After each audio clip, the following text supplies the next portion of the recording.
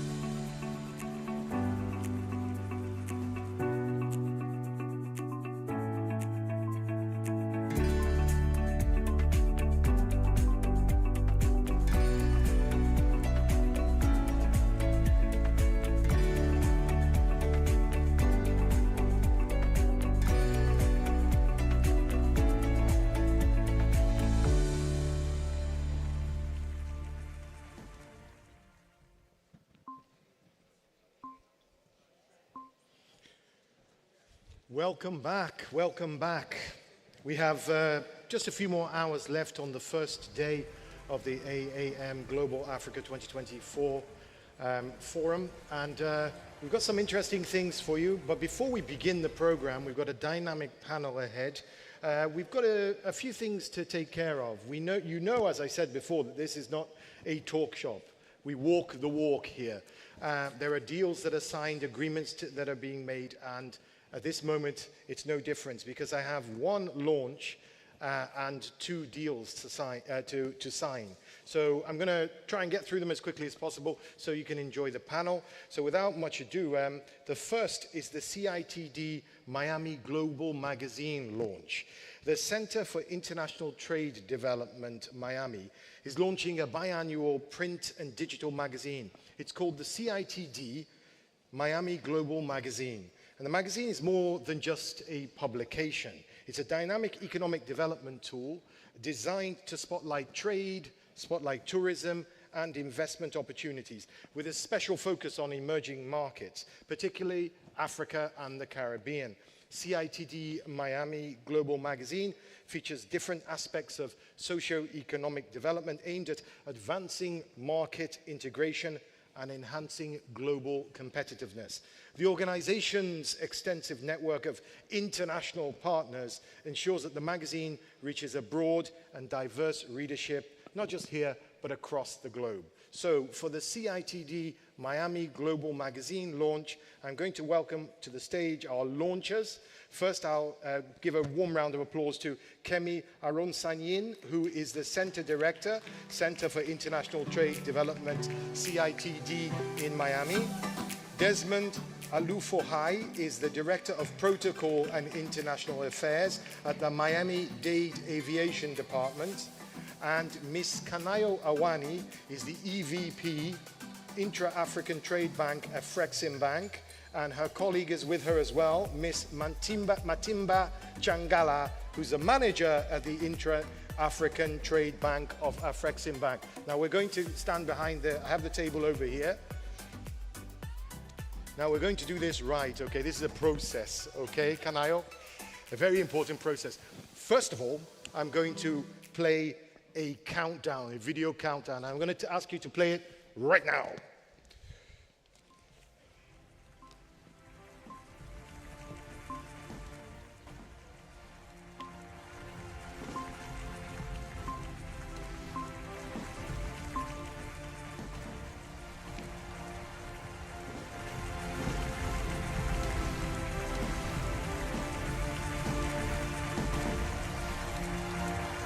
And that's it. A round of applause, please, as they cut the ribbon and launch the CITD Miami Global Magazine launch. Where are my photographers? Take some good shots there. If you could stand over here.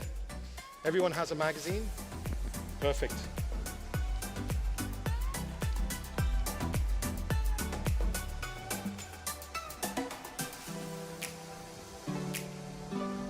Thank you very much for the launch of the magazine. Congratulations. Moving quickly on, 2 deals. I think my colleagues are going to do some furniture adjustment. I think possibly moving the table to a different direction. But as they do that, let me tell you what deal number 1 is about. Anyone that's been to the AAM knows that we do billions of dollars of business at the AAM. And today this is no different. The deal size for this first deal is $100 million. $100 million. It's a facility agreement with Rawbank, Afreximbank and Rawbank.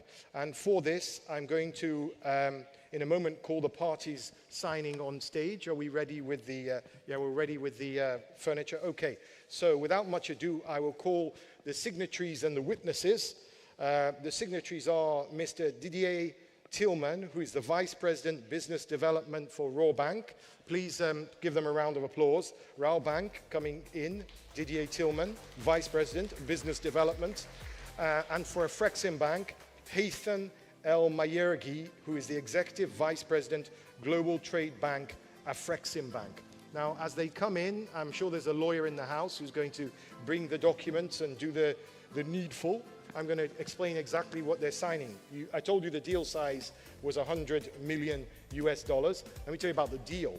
The signing ceremony marks the largest trade finance facility ever provided by the bank to a commercial bank in the Democratic Republic of Congo, DRC, and an important milestone in the cooperation between Afreximbank and Rawbank, the leading financial institution in the DRC. Afreximbank Trade Finance Facility Program provides trade confirmation services, trade confirmation guarantees, and irrevocable reimbursement undertakings. AFTRAF is designed to counter the reoccurring trend of reduction or withdrawal of trade lines to African banks by the international banks following the de-risking process. The deal size, as I said, is $100 million US. This is the largest trade finance facility ever provided by Afreximbank to a commercial bank in the DRC. I think if we have signed,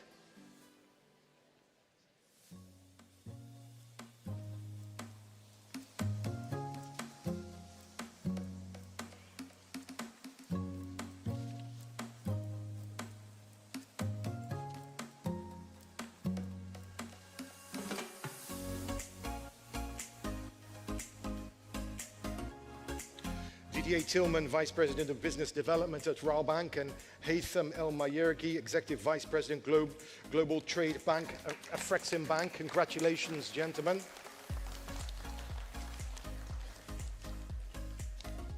Now, I'll ask you all please to exit the stage so we can do the second deal. The second deal, in fact, there are 2 parts to this deal. There's a deal 1 for $60 million US, and a second deal for $20 million US. It's a facility agreement with CBZ Bank of Zimbabwe. That's what's coming up now. So if I could ask you both to exit the stage so we can do deal number 2. Now, deal number 2 is a facility agreement with CBZ Bank of Zimbabwe and Afreximbank. 2 deals, 2 descriptions. So before I explain exactly what they're going to be signing, I'm going to be calling the parties up very quickly. For CBZ, please welcome Ms. Smangele Mandidi, who's the Acting Managing Director of CBZ. And for Afreximbank, Haytham again. Haytham, if you could come back, we still need you. Haytham for this signing as well. Haytham El Mayergi, Executive VP, Global Trade Bank for Afreximbank. Okay, if the lawyers could do the needful, please, I'll explain exactly what they're signing. The first deal that they're signing is an uncommitted facility for confirmation of trade instruments issued by CBZ Bank Zimbabwe. The size of it is $60 million US, and that's what they're signing right now, an uncommitted facility for confirmation of trade instruments issued by CBZ Bank Zimbabwe.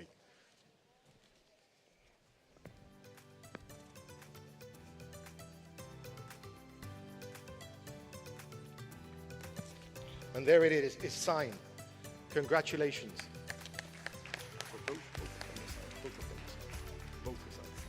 Okay. And the second, the borrower shall apply all amounts borrowed by it under the facility by way of on-lending to corporate clients and SME sub-borrowers, requiring financing for the procurement of raw materials, intermediate goods, green leaf tobacco, accessories, supply chain business activities, and other trade finance activities. The deal sizes, again, $60 million and $20 million.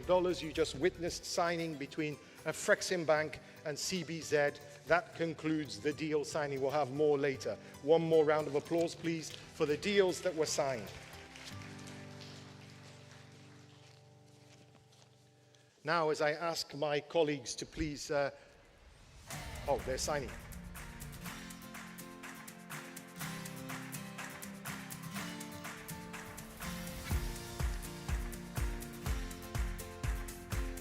Once again, the deal 2 is the borrower shall apply all amounts borrowed by it under the facility by way of on-lending to corporate clients and SME sub-borrowers, requiring financing for the procurement of raw materials, intermediate goods, green leaf tobacco, accessories, supply chain business activities, and other trade finance activities. So those are the 2 deals signed by CBZ Bank Zimbabwe and Afreximbank.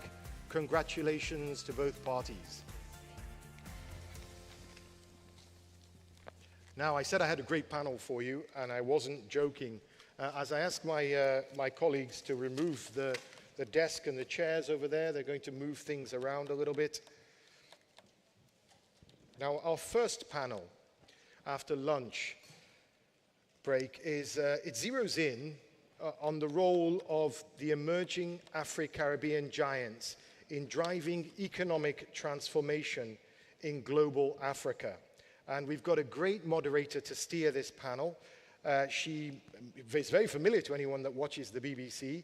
Please give a warm round of applause to the BBC's Lisa Marie Miztak.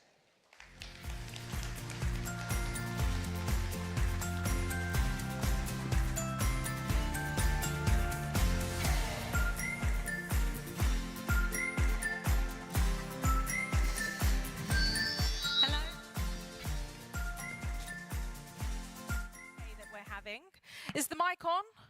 Yes, it is. I can hear myself, so it is. I was saying what a great day we've had now. It's ongoing and it's great. And now I've got a treat for you all in terms of this next panel. I've got a great array from the private sector and also the public sector.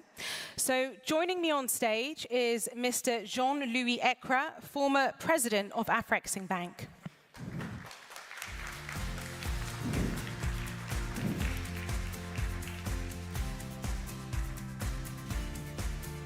Please do clap as they're coming up.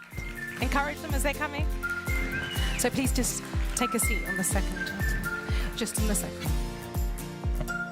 Next, we've got His Excellency Andrew Wilson from the Quality Group of Companies, Bahamas.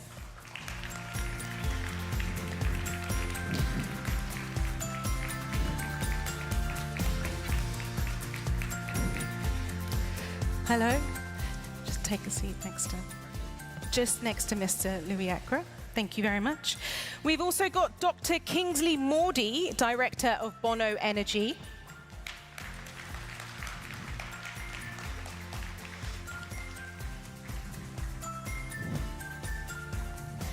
Welcome.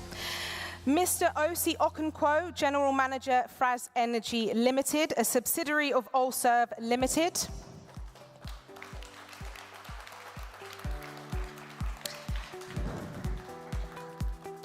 Mr. Arnold Ekpe, former Group CEO, ETI,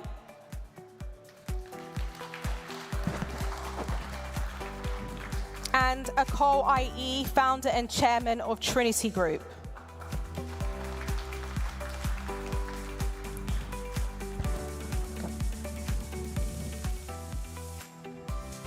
It's fantastic to have you all on stage. Now, the key theme for today is on economic transformation. And over the course of the day, we've heard panels on managing and navigating that transformation.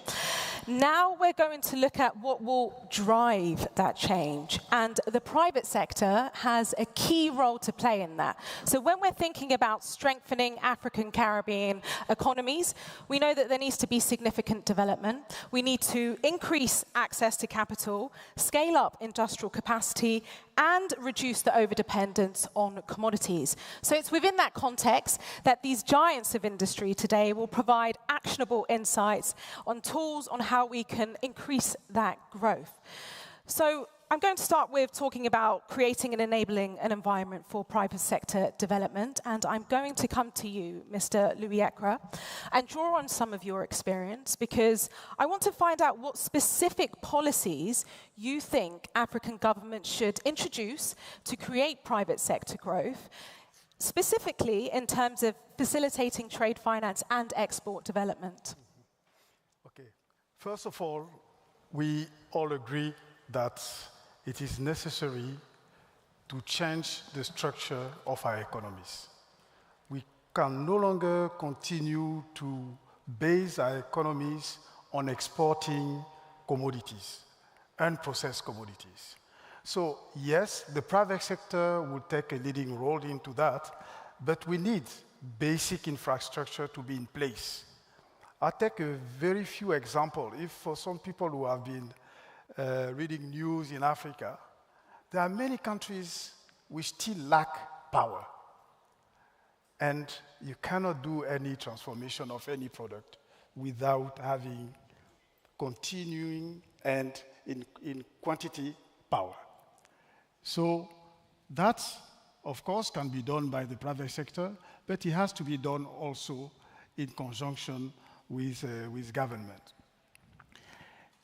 On the softer side, we need also to take advantage of AfCFTA. There are issues of transfer, money, moving money here and there. There are issues of the possibility of an African to invest in another African countries. And that also requires a dialogue between government and the private sector. Once we would have dealt with some of those things that are called the basics, which in some other environments are no longer an issue, then we can move forward and very quickly to exporting among ourselves, to taking advantage of opportunities that we may have here in the Caribbean, and certainly making the link between Africa and the Caribbean. I was telling some of my friends today at lunchtime, the direct flight from Lagos to Bahamas was 10 hours and 30 minutes. So you need to really be encouraged to do something to come all the way to here. Same for a Caribbean to Africa. But if there are more and more possibilities of connection, then we'll be able to promote transaction or deals between ourselves. Trade finance is always available because it's one of the less risky type of financing, but for this you need deals behind them.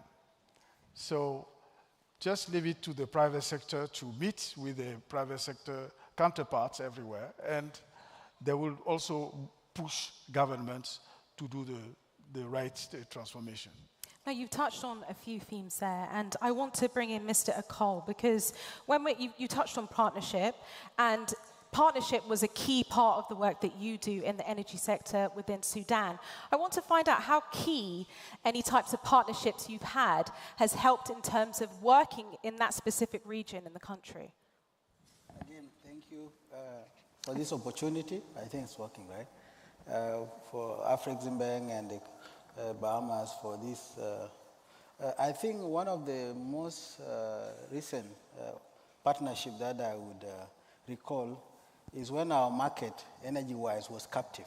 We had shortages in fuel in the country because of subsidy. And I think we partnered with the Ministry of Petroleum and Finance with the help of Afreximbank, providing the instrument that the former president just mentioned, the import finance facility. We were able to liberalize the market, which was then captive because people were selling fuel in jerry cans and drums and so forth. And energy access and availability is a really serious catalyst for really country growth. And I could call my country South Sudan. We may have other issues, but one of the things that I think we have been able to deal with from 2018 to date was the availability of fuel in the market. And I think that's one of the key success in the partnership that we have been able to do. We transitioned that to trying to provide or add value, because when you import fuel, the next thing is to provide power.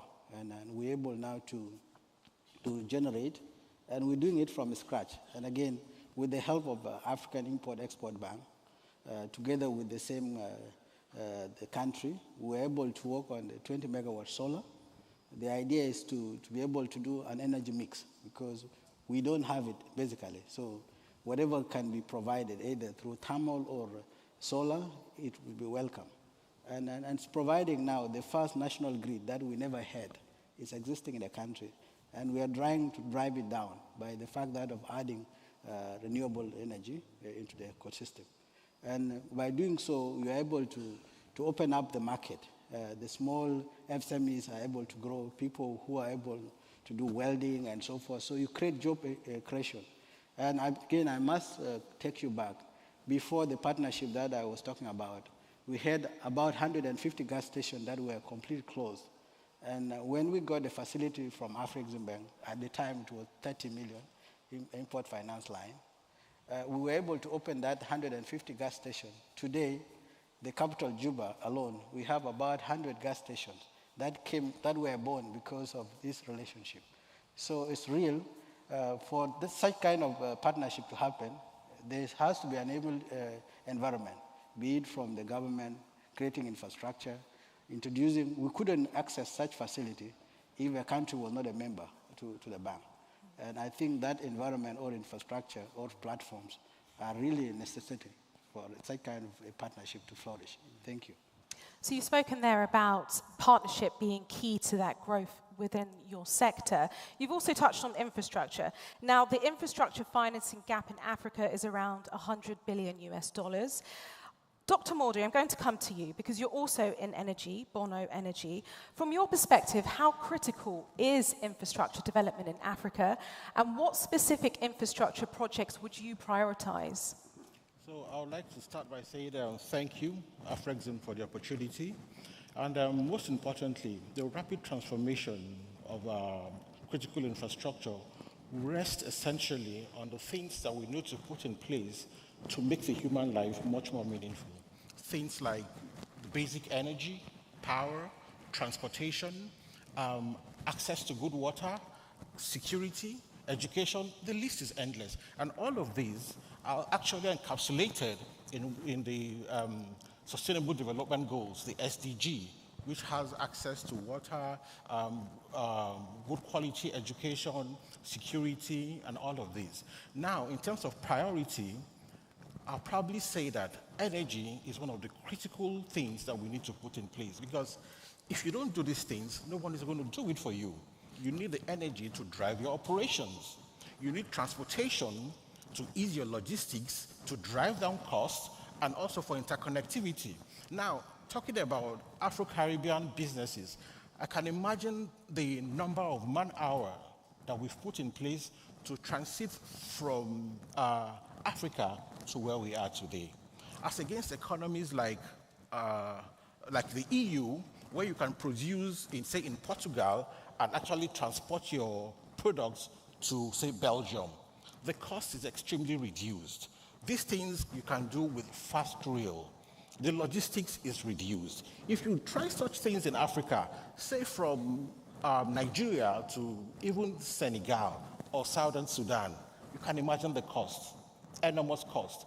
And these are the things that if governments can harness these opportunities, it will be a lot more easier to make life much more meaningful and sustain entrepreneurs. Thank you. Thank you for that. Now, Andrew, I'm going to come to you. From your perspective as chairman of the Quality Group of Companies and as the Bahamian ambassador to Ghana, what lessons can you share with us about working within both countries that could be applied to other regions seeking to foster growth in the private sector? Thank you very much for inviting me. I will begin by saying that as a child, China was a poor country. I have seen in my lifetime the transformation of China, a poor country, to China as it is today. I believe that the same thing can be done in Africa in one generation. The key to this, I believe, is through harnessing the talents of the young people of Africa, Africa's greatest resource, marrying that talent with the resources of Africa. One of my first projects in Africa, in Ghana, upon my appointment as High Commissioner, was the establishment of the Afri-Bahamas Trade Mission, through which I worked with micro-entrepreneurs, small and medium enterprises to get their products from Africa to our market here in the Bahamas. Here in the Bahamas, we have a very dynamic economy. We will welcome approximately 10 million visitors this year. These visitors will spend hundreds of millions of dollars on souvenirs, trinkets, jewelry, and other products. So now, for the first time, we have micro-entrepreneurs in Ghana producing products that are reaching my stores here in the Bahamas. There are challenges that they encounter. Many of those challenges revolve around the fact that they don't have some of the key pieces of equipment necessary to produce that product that can compete with the world. For instance, many of the garments that we would bring, perhaps the designer does not have a buttonhole machine, and so the buttonhole begins to fray. These problems, I believe, can be solved relatively simple through the building of business parks with the equipment, with all of the equipment necessary for the pool of entrepreneurs in a specific sector. For instance, there's no need for the thousands of shoemakers in Ghana to each own a die-cutting machine. If we have one facility with die-cutting capacity, gluing capacity, etc., then these entrepreneurs can use the time on that machine that they require without necessarily owning it, and with their limited financial resource, they can then pay for the use of this machinery with the products that they produce that can be exported. I'll give you one point I'd like to make. At present, the $1 US is the equivalent of approximately 15 Ghana cedis. But in reality, absent of import, you can do in Ghana with 1 CD what I can do in the Bahamas with $1. This creates a tremendous opportunity for Bahamian entrepreneurs and entrepreneurs in the diaspora, because once I take my $1,000 to Ghana, it's $15,000. I can produce products in Ghana and ship it back to the Bahamas and sell it for dollars. It's a tremendous opportunity. And I am certainly encouraging everyone I talk to into the diaspora that Africa is the future. The opportunities that exist in Africa today are the same opportunities that created the Fords, the Rockefellers, the Carnegie, the Mellons, and other titans of industry. It is for us to get up from our relaxed position, travel to our motherland, establish partnerships with our brothers and sisters there, and create the opportunity that's needed for the entire boat, for the entire race to rise. Thank you. Now, we've spoken about the opportunities of partnerships, as you've both alluded to, also infrastructure and policy. Now I want to look into strategy, because if we're talking about new plans to create private sector growth, we need strategy, we need a plan. So I come to you, Mr. Ekpe, because you, in your experience with EcoBank, during the time you were there, you helped to increase the bank's footprint to 34 African countries. You've spoken in the past about there not being a perfect strategy or formula. You just need to, and these are your words, you said you need to be bold and fearless when doing business in Africa. So I wonder, is there a strategy that you think would be most beneficial for the potential gains from the integration of AfriCaribbean private sector? Well, first of all, thank you for this opportunity, and also thank you to Afreximbank for the excellent work they're doing in terms of moving from talk to action. I don't think there's a strategy as such. I think it's a mindset thing. I have been attending these conferences for 40 years. Okay, we've done it in Europe, we've done it in Africa, now we're doing it in the Caribbean. And the biggest challenge we have is moving from talk to action. It is easier to travel in the Caribbean in Africa with a European passport than it is with an African passport. That's a problem. We can fix it, so why haven't we fixed it? There is a mentality that says talking is enough. It's not enough. The Afreximbank has been a lot of pioneering work in trying to break down those barriers. And the challenge we have is, how do we get those things done? The biggest challenge is at the governmental level, the will to act. And if the governments don't create that enabling environment so that people, businessmen such as Mr. Dangote, who was here earlier, and a lot of other businessmen who are trying to get things done, can get those things done, then in the next 40 years, we're still going to be talking about what we need to do.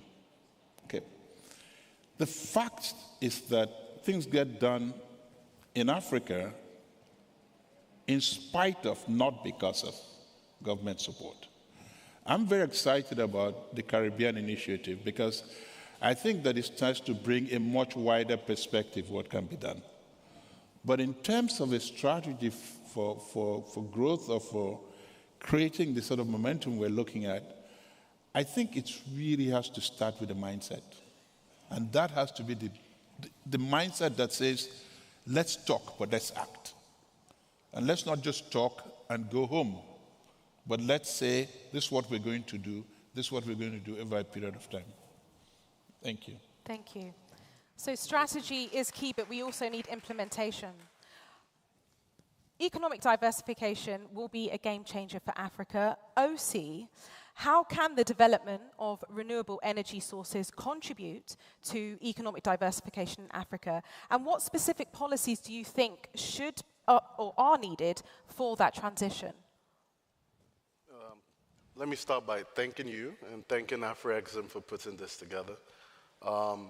With regards to the renewable storyline, if done properly, by going further down into the value chain, not just, like we said earlier, pushing out our energy and our commodities off the continent, if done properly, it should mean a cleaner, healthier, more financially prosperous Africa with lots of jobs, because there's opportunity to go much further down the value chain into the actual production of solar panels, inverters, batteries, and so on and so forth on the continent. And there's so much more that can be done. But to actually do this, when you talk about strategy, a few things we have to lean into. Speaking of China, China just launched a 5 gigawatt solar farm. So 5 gigawatt, just for reference, is all of the power connected right now in Nigeria. So just one solar farm in China in last month, 5 gigawatts. So if you think about the Chinese story and trying to use that as a template, a few things we have to do. Number one, lean into the transition fuels. We do have to lean into our fuels that we have, gas, first and foremost, facilitate that, use that as a transition fuel for this cleaner future. That's critical. The second thing also when you come into the renewable space is we have to go a little bit deeper and depend more on the more consistent, replenishable versions of renewables. So you have to think of hydro dams, think of geothermal, where it's applicable. We have to lean into that first and foremost, because the run-of-the-mill solar farm and wind are more inconsistent. So as Africans, we want to invest our money into things we can amortize 24 hours a day. So I would say that that should form our base load. So we have to, it's definitely something that we can do, just as been said. But with regards to policy, I think actually it's more about quality than quantity. Policy, at the end of the day, needs to be clear. There should be fewer of them, but very clear. And it should allow a meritocracy of access to resources, funding, and so on and so forth. So there's a plethora of policy that can help, but first and foremost, governments and institutions need to get to the point where they can allow their policies not interfere with private sector. Thank you very much. Now, Andrew, what diversification strategies could the Caribbean tourism sector implement, and how could these strategies be adopted and used in other regions? I'm sorry, can you repeat the question? I was asking about diversification of the tourism sector. Yes. And what do you think could be implemented in other regions? When we were speaking backstage, you mentioned about these new plans and projects that have been implemented. So what do you think could be the best diversification strategy going forward? You know, I've said on several occasions, looking at tourism, for instance, several years ago, Ghana launched the Year of Return that saw millions of visitors, millions of persons of African descent traveling to Ghana. And that has not stopped us yet. Ghana has so much to offer in the field, in the area of tourism, but its reach is very little. I think that perhaps they get 1 million visitors a year with all of the resources they have as compared to us getting 10 million visitors this year. So there's tremendous growth potential in tourism, in tours, in transportation, and even in the area of food. I have heard people bemoan the fact that the lack of refrigeration leads to the loss of so much of your fruits.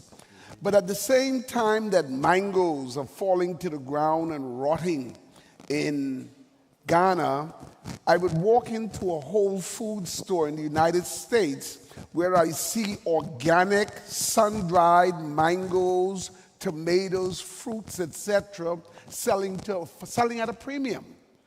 And so there is absolutely no limit to what can be done. It is just a matter of creating that enabling environment and encouraging especially our young people to think outside of the box and make away with the resources that they have in hand now. As Marcus Garvey said, drop your bucket where you stand. Thank you very much. Now, Mr. Louis Ekra, we're talking about implementing or anything that we can use to support economic diversification in Africa. What financial and institutional measures can be implemented for that change? You know, when it comes to finance, I think from an African perspective, we have not done enough to use our own financial resources. And we can sit in meetings like that and say, we have to do this, we have to do that. The implementation and the follow-up is key. This morning, there was one representative from Afreximbank who was talking about using central bank reserves. When we started it, people were very skeptical, simply because Afreximbank is not rated AAA. And usually they say, oh, you have to put your money in AAA institution. But by demonstrating that Afreximbank is a credible partner, then you could grow that kind of resources. Same also true for increasing savings in our countries. And I'm using this example because you need to generate the resources before you start financing. And if you go and ask international banks who are not based in your place to provide the financing, it's going to be very difficult. So I believe we have not harnessed enough of our own resources in our continent to make it available to financial institutions so that they can finance the trade. And again, for some of us who've been in banking for years, trade finance is not the most risky type of business. You have project finance and so on, which are more risky than trade finance. So I believe the resources can be there, and if you generate those resources and put them at the disposal of the financial institution, you can use them. Mr. Ekpi, off the back of what Mr. Louis Ekra has just said, what do you think is the key strategy for implementation of diversification of Africa's economy? Look, I think at the end of the day, the biggest gap we have in Africa right now is the gap between talk and action. It's not a strategy thing. And I think one of the challenges I have all the time when we have these sort of discussions is we do not measure in terms of progress what we've done.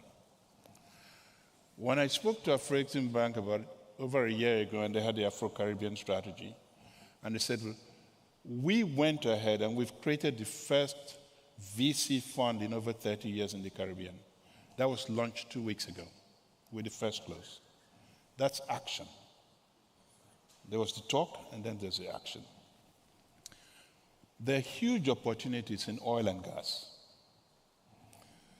We've talked about opportunities. Please go and invest in oil and gas in Suriname or wherever it is. There's action there. We talked about Ethiopian Airlines or Kenyan Airways coming here.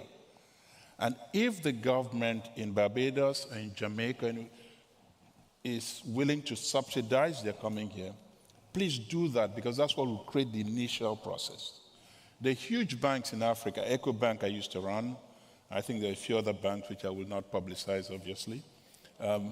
But it's not going to cost them more than $1 million to set up an office here, not to compete with the local banks, obviously not, but to act as a pipeline for trade and investment opportunities between the Caribbean and Africa. And I really believe that the real challenge we face is not ideas. We have ideas in this room. The real challenge we face is turning talk into action.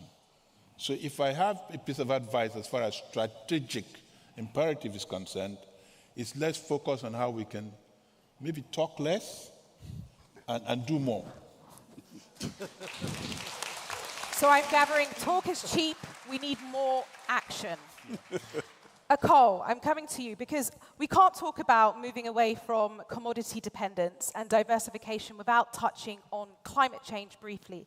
Now, South Sudan is one of the world's most climate vulnerable countries due to flooding. But how can we address a potential trade-off between economic growth and climate resilience? Thanks. This is a very interesting question. I think from where I sit, it's really a very thin line. It's really to deal with these two. Climate change is real. One of my colleagues yesterday was coming via Miami. I think they were held there at the airport for almost 4 hours because of the rain. And I think for anyone who has watched the news, you can see the amount of water.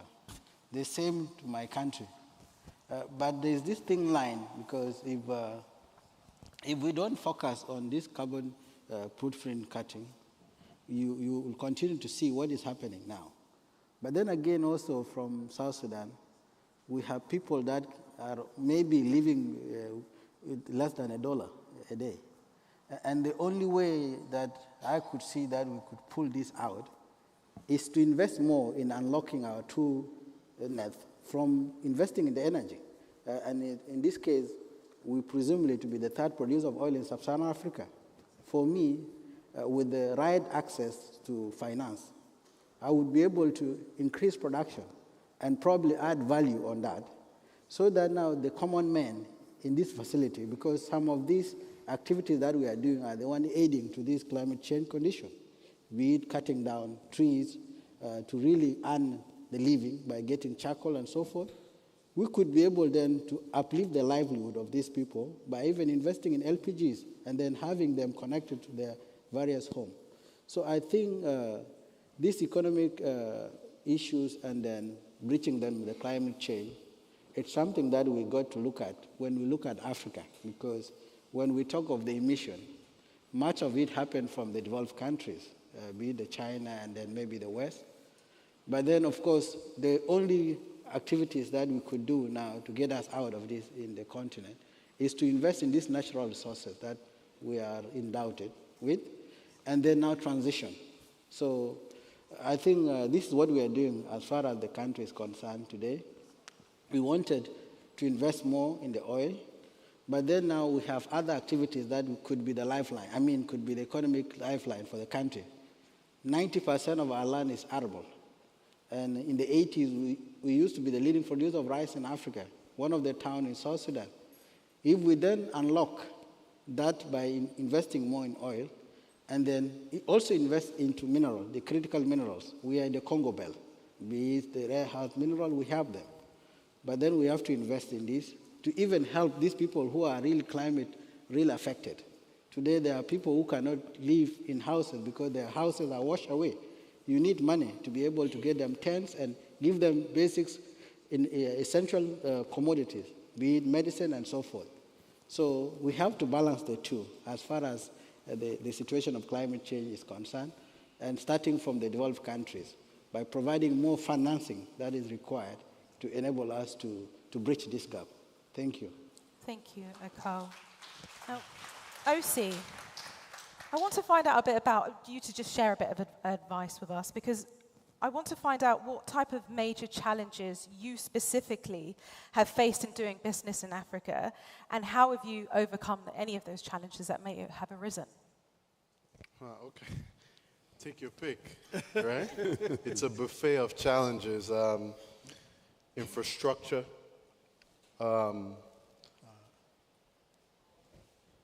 insecurity, lack of skilled labor.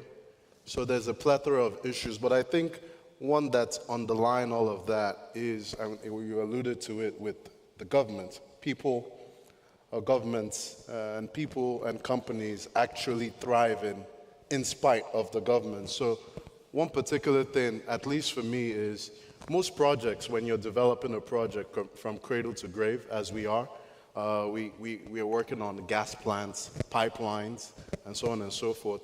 Most projects have a 3 to 6 year timeline to execute if you're doing anything of decent proportion.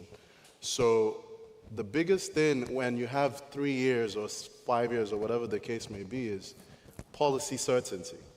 So unfortunately, we blow in the wind sometimes, especially with election cycles.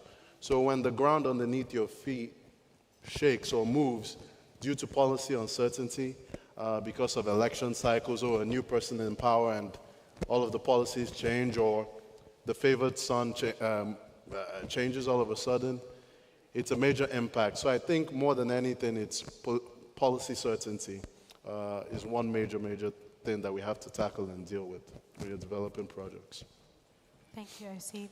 Now, Dr. Mordi, do you think, considering what OC has just said about some of the challenges, do you think that AfriCaribbean giants, such as yourselves, have the responsibility to mentor fledgling entrepreneurs? Dr. Mordi. Oh, well. Okay, well, so I'll put it this way. From the conceptualization stage or the idealization stage, it's no longer rocket science. I think it's now common sense that when these things are going on, from these stages, you begin to factor in your own infrastructures.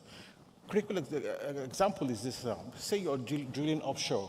You don't need to start to think of your commissioning before you're thinking of your barging or your pipeline. These things have to be embedded from the onset.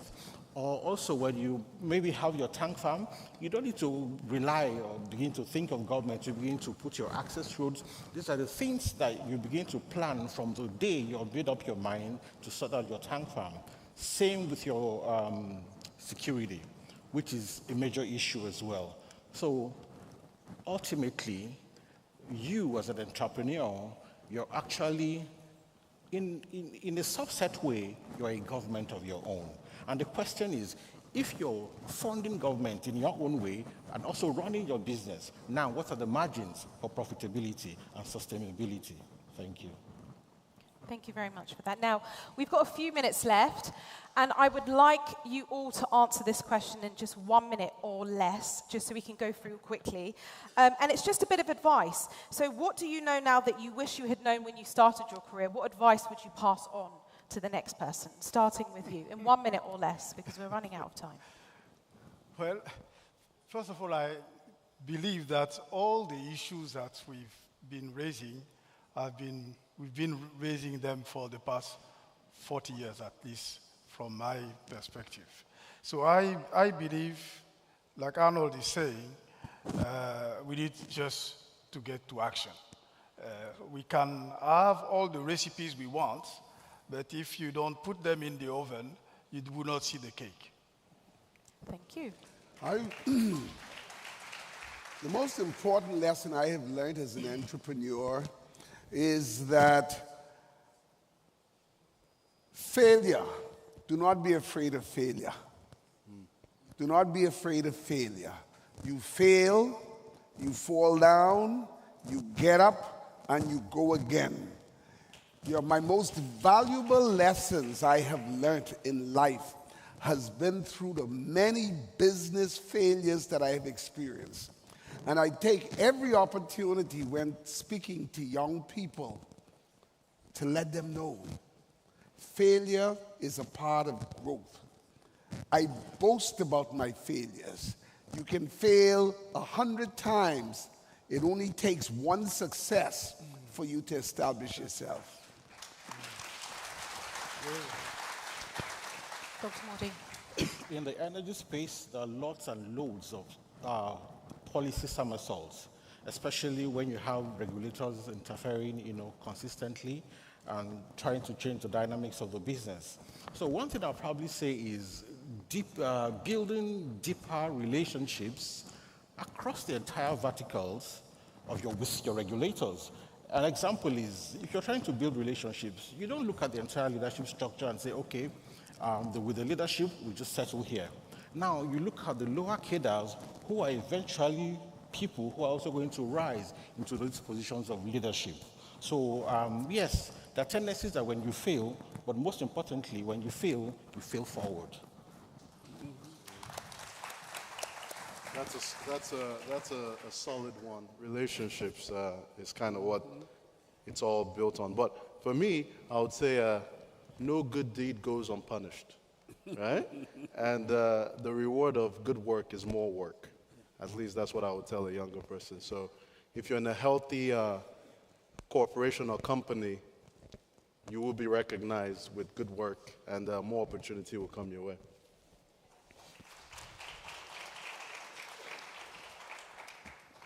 Talk less, do more, break down the barriers. I think I would say the big thing for me is being a big dreamer. You can only achieve to the extent of what you really conceive. And when you dream big, like for example, the person I look onto, Dangote, the biggest refinery, it is the same thing. And when you dream big, you then use that strategy, which also is very important. You have to have a strategy. And then from there, you're able to build a team around the strategy. Because without people, you can't be able to achieve that. And you can see this noble bank, because of right leadership, we are able to be where we are today. So dream big for you to be able to achieve big. And believe also, for the young people, you must do what you believe in. And that's the only way you can achieve as well. You fall down and be consistent. Thank you. Fantastic insights from you all. Thank you so much to my panel. Please do give them all a round of applause. Thank you so much.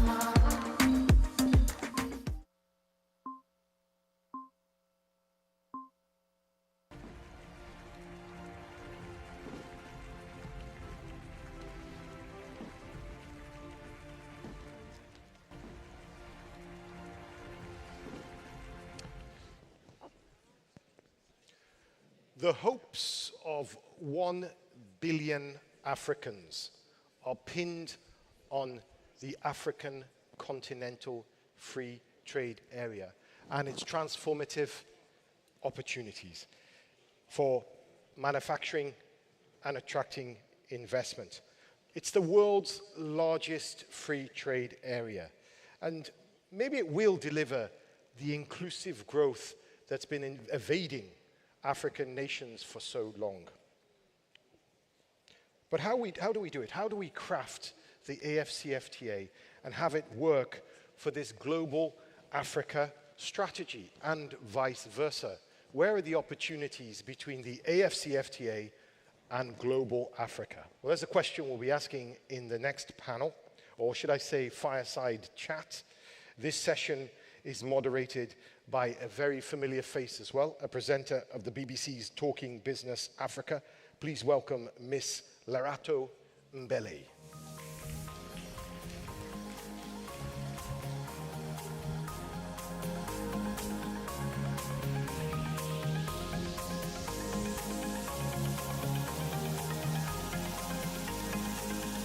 Hey,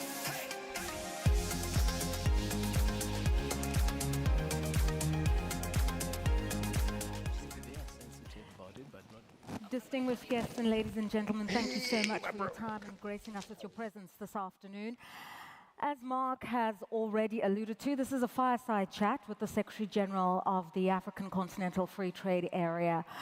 Just by way of a reminder, this gentleman was given the gargantuan task of breathing life into a dream and an aspiration that our forefathers had had in the 1960s already. But because of circumstance, building nation states, managing the internal politics, and just Africa finding its feet in the world, the question of intra-African, pan-African trade was always put on the back burner. Well, not until an AU summit in Kigali, where effectively a directive was issued to members of the AU. On a voluntary basis, they decided to accede to the African Continental Free Trade Area, but there certainly were building blocks that were needed. These building blocks were legal because you needed a treaty to breathe life and to cultivate what a trade agreement looks like. And it was also political because you needed parliaments to ratify these agreements. And it took a lot of time. A long, arduous legal and political process ultimately culminated in what we have today. And the work to really galvanize African leaders, parliaments, and society around the idea of a free market accessible to all African traders, sovereign and corporate, is the work of the Secretariat of the African Continental Free Trade Area. They've now been given a mandate to carry on their work into a second term. And in this conversation, we're going to take a retrospective look as to the challenges that had to be overcome in order to give life to the African Continental Free Trade Area and the priorities going forward. And I think a lot of credit is due to Wamkele Mene, the Secretary General of the African Continental Free Trade Area. So could we give him that due as we welcome him?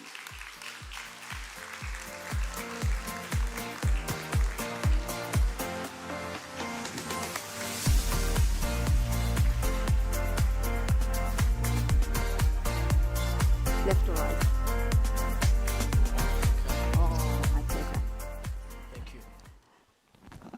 So, ladies and gentlemen, this is Wamkele Mene, the Secretary General of the African Continental Free Trade Area, the Secretariat. He needs no introduction, but I think we need to give you and your team the plaudits, because you literally had to take a vision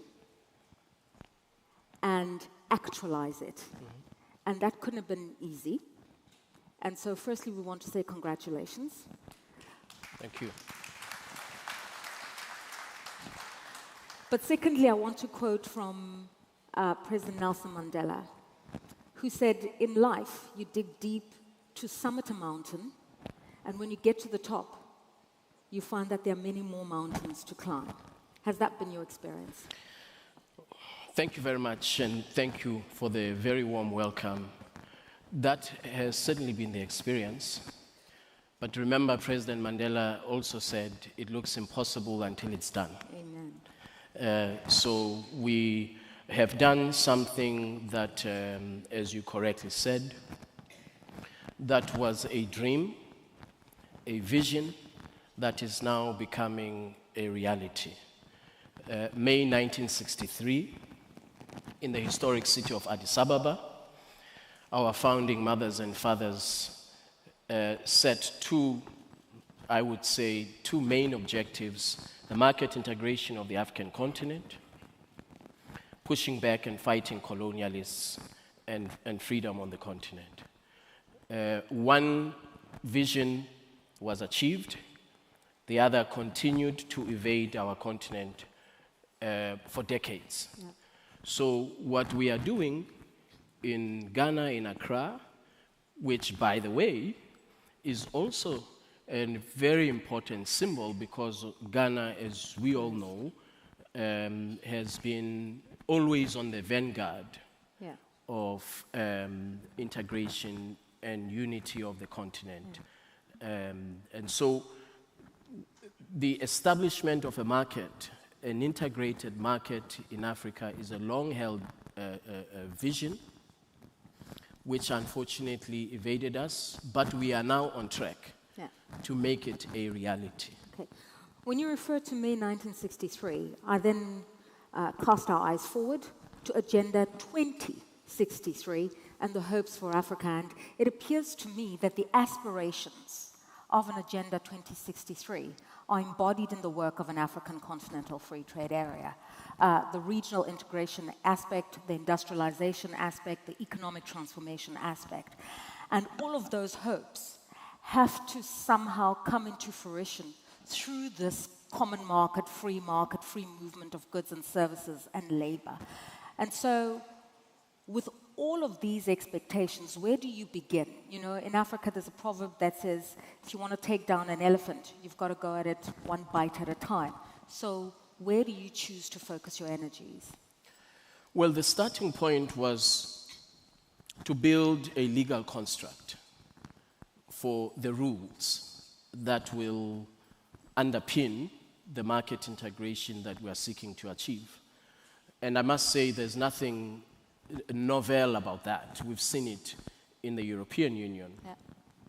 With the conclusion of the last two protocols, Protocol on Women and Youth in Trade, the Protocol on Digital Trade that the heads of states adopted in February this year, I would say that we are on track in terms of the building the legal foundation, the legal construct, the rules that actually position the continent to be a common market. The second important aspect is the political will and commitment. There are 47 members of the African Union who have ratified the agreement establishing the AfCFTA, which means that 47 governments have accepted the obligation to eliminate barriers to intra-Africa trade, to eliminate barriers to intra-Africa investment, which as we know is less than 4%, and in future to ensure that we have free movement of persons. These require political will.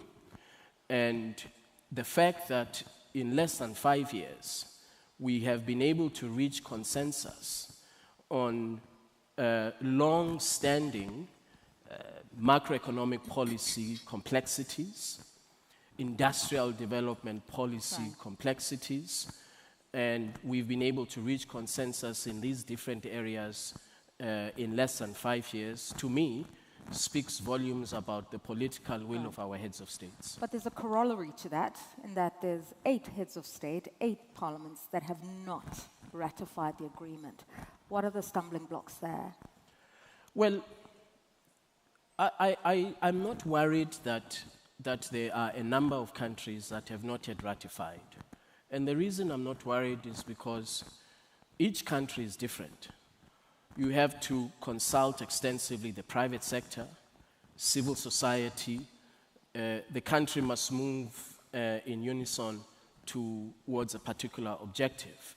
And so the countries that you have mentioned that have not ratified, I do know for a fact that they are not politically opposed to the objective, but they are either legal requirements that they have to follow, constitutional requirements for entering into a legally binding treaty, or because the private sector says, well, we want to be convinced that we are not going to be swamped by goods from this country or that country, that there are the appropriate safeguards in place to protect and enhance the domestic market. So these are things that we are working through, and I am confident that the countries you've mentioned will ratify. Okay, and so what you're describing to us is that the process itself of establishing a continental free trade agreement is a legal process, it's a democratic process, and it needs the buy-in of all members of society in any given country. Let's talk about the actual building blocks as you craft and design a common market for Africa.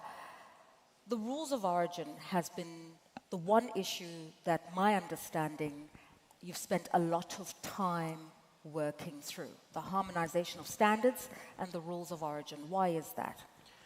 It's important for a number of reasons. First, we need to have common local content rules or rules of origin to foster industrial development in Africa. Second, to foster investment in Africa. I had a conversation with a CEO of a global auto manufacturer. And he said to me, we are in East Africa. If we want to expand our operations to West Africa or Central Africa or any other region of the continent, we are subject to different rules for assembly and production of a vehicle. And that is a barrier to investment. Yeah. It's a barrier to Africa's accelerated industrial development. It's a barrier to job creation. So what we are discussing now, ministers of trade, a single set of rules for local content for the whole continent. And by the way, the continent of Africa trades close to 5,000 products. Right. Before the AfCFTA, each region or each country, depending on whether you are in a customs union or not, each region or each country had its own rules of origin. So if you are an exporter or an investor or a small medium enterprise, right, the cost of subjecting yourself to each market that you want to do business in it can be prohibitive. Right. So we have now consensus on 92.3 products that we trade in Africa. We have rules of origin, common set of rules of origin for all of those products. What we are yet to conclude, which we will by the end of the year, textiles and clothing, and the automotive sector. Right. And the reason is because these are the two sectors that are complex from an industrial development point of view, and countries on the continent are at different levels of industrial capacity in those two sectors. So we've got to be very deliberate how we craft the rules of origin in these areas. Okay, I think in previous conversations we've spoken about this particular aspect. So can we just talk tangibly how things work on the ground? I remember filming in Senegal with one of the largest manufacturer of food processing, an agro-food processor. And what he said was, when his trucks leave Dakar and enter the ECOWAS region, there's one tax regimen. Mm-hmm.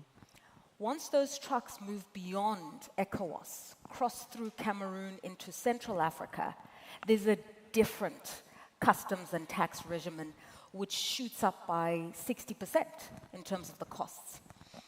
Once those trucks have moved beyond DRC entering East Africa, there's another set of rules.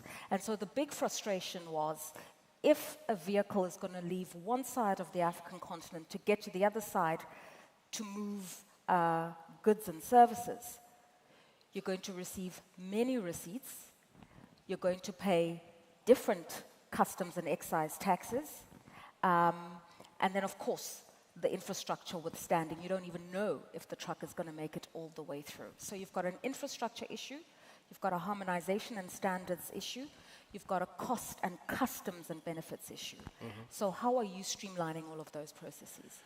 There are three very distinct but related areas that have been a barrier to that exporter in Senegal being able to seamlessly transit through the Abidjan-Lagos corridor onto the next corridor. Trade facilitation, customs systems harmonization, and transit rules.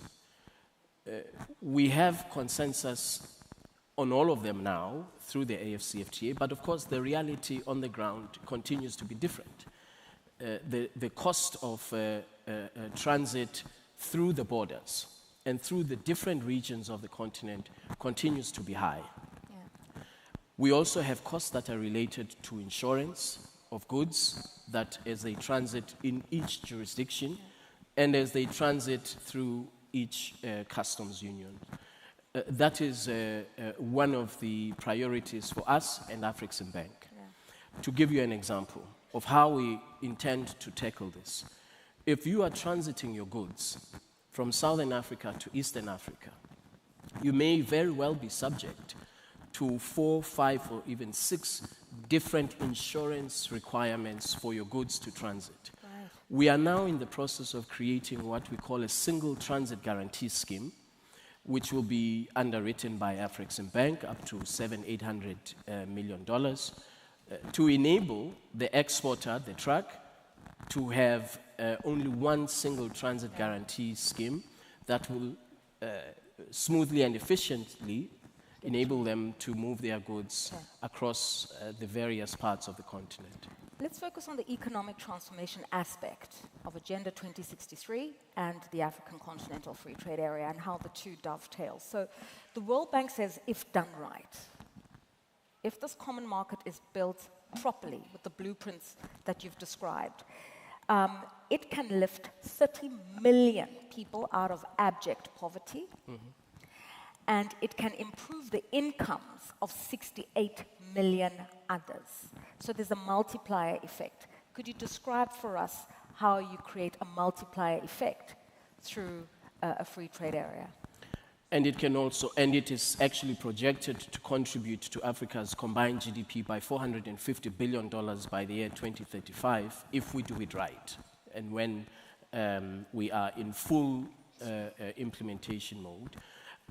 What we're focusing on is two things: the rules that enable the trade agreement to be commercially meaningful, so that our traders can take advantage of this market, which we say correctly that it is a market of 1.4 billion people with a combined GDP today of 3.4 trillion United States dollars, which by the year 2035 is set to be $16.3 trillion, enabling small, medium enterprises, which all of us know contribute over 60% to Africa's GDP, create over 450 million jobs. Yeah. Where we have inclusion of small, medium enterprises, of enterprises that are led by women and young people, the multiplier effect, in my view, will be visible and tangible. Creating commercially meaningful opportunities for these very important drivers of Africa's economy is what will enable us to see the benefits. Of course, at the same time, as we are addressing inclusion, which is an important imperative, we are creating commercially meaningful opportunities. That's the first point I would suggest. The second is to introduce tools. We are not the European Union or any other advanced region. We have to move beyond. We have to take more affirmative action after we've negotiated the agreement. That is why we have now, with the African Union, Afreximbank, the Pan-African Payment and Settlement System, to enable payment in local currency so that Africans, SMEs, will reduce the cost of trade. Right. Second, I just mentioned the Transit Guarantee Scheme. We're working on trade finance to reduce the cost of trade, the cost of money, to enable trade. We have the AfCFTA Adjustment Fund, which will support implementation of the agreement. These are the tools that are very, very concrete, that are essential to enable commercial meaningfulness of this huge market that all of us know has all of the factors and the endowments that we need for us to be successful. And let's talk about impediments, unfortunately. I've alluded to the fact that infrastructure is an impediment, just road infrastructure, rail infrastructure, and 90% of goods, unfortunately, still move by road through the African continent. So there's definitely a case to be made for investing in rail, fixing cargo airports, quality of the ports as well. The red tape remains a huge issue as we talk about customs and excise duties and the synchronization of these rules across borders. It's been said that if you just simplified these issues, you would drive $292 billion up to 450 billion in additional income gains simply by getting rid of the blockages in the systems. So when you're having conversations with African heads of state who can do these things, whether it's on the basis of their customs rules or dealing with issues around homeland security or just how their borders are manned, border management, what did they say? Because a lot of governments were told actually make their money from these duties. Well, the point I make is when you reduce and eliminate duties, actually you can generate more revenue from value-added tax. The amount of goods that cross the border, even if those goods cross the border at zero duty, from a domestic taxation point of view, there's potential to continue to generate funds. On infrastructure, absolutely. I think the deficit is estimated now to be at annually $150 billion infrastructure deficit, which also is an opportunity to invest, to improve the infrastructure that supports trade. So African Development Bank, Africa Finance Corporation, Afreximbank, all of our development finance institutions have substantial investments that they have made in infrastructure development to support trade. And if you look at some of the most successful regions on the continent, there has been a combination of elimination of the inefficiencies for transit of goods combined with investment in infrastructure. Right. And I will give you an example. Port of Mombasa in Kenya, 15 years ago, it took to travel a distance of 1,600 kilometers from Mombasa to Kampala. 15 days, 28 steps, 15 years ago. Today, due to investments in not only hard infrastructure, but soft infrastructure, digital harmonization of custom systems, the same distance, Mombasa to Kampala, 3 days, 1 step. Right. So we know that it's possible because there are regions in the continent that have succeeded to deploy a trade agreement for efficiency of the market and for efficiency of infrastructure investment. When you talk about efficiency, you've also referred to payment systems, and and you referred to Kenya, which pioneered money transfer, of course, through M-Pesa. But since then, we've seen a lot of evolution in this space. Just this week, I was trying to buy a dress in Nigeria, and I was introduced to World Remit, which connects a bank in Nigeria to a bank in South Africa. And somewhere in the ether, the money sits whilst they're verifying everybody's bona fides. So I think that is credit to some of the work that is already being done by Afreximbank and yourselves. But could you tell us about the opportunities for innovation, and particularly for working with the private sector? Because I think this is where they can leverage their systems, the telcos, and also the banks coming into the system. What are you doing with them? There is a great deal of interest from the private sector to invest in trade for commercially priced returns for them, which is correct. Okay. But at the same time, of course, there's a convergence of objectives in terms of us wanting to have a common market. On payments, just last month, we were in a roundtable discussion with CEOs of commercial banks to promote the deployment of PAPs as one of the instruments to enable payments on the continent. So there is a very strong commitment from the private sector to contribute, not just for the purpose of commercially priced returns on investment, but also going back to the initial point on all of us Africans being committed to making that vision of May 1963 a reality. And so if you are CEO of a commercial bank, yes, you have your shareholders to be aware of their interests, but you also want to make a contribution to Africa's advancement. So we have a very, very encouraging level of interest from Africa's private sector, because all of us know We are not going to be saved by somebody in another part of the world. Yeah. It is us as Africans who have to make sure that we redouble our efforts to lift our continent out of the condition that it has been in since the colonialists left our shores. Right. And on that philosophical note, it speaks to the theme of this year's 31st annual meetings, which is, you know, to own your destiny, create economic prosperity, you know, and also advance a platform called a global African. So we know that the world crudely is divided between the global north, the global south. We know we're moving in an era of multipolarity, where multilateralism now means that there are new centers of power. How can we leverage the collective power of Africans and African descendants in the diaspora? There is not a single African country, in my humble opinion, that will ever be globally competitive on its own. Not South Africa, not Nigeria, not Kenya, not Morocco.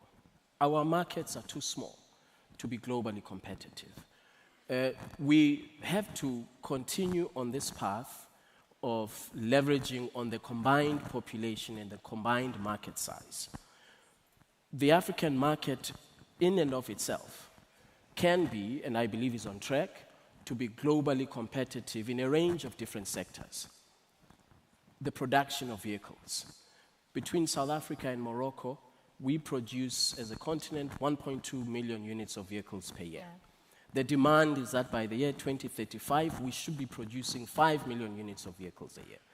We are 17% of the global population. So that tells you that there is a domestic market. By domestic, I mean AfCFTA market, for us to focus on to create that global competitiveness. Pharmaceuticals, a similar story. 2019, we imported $16.5 billion worth of pharmaceuticals. And by the way, those are generic drugs.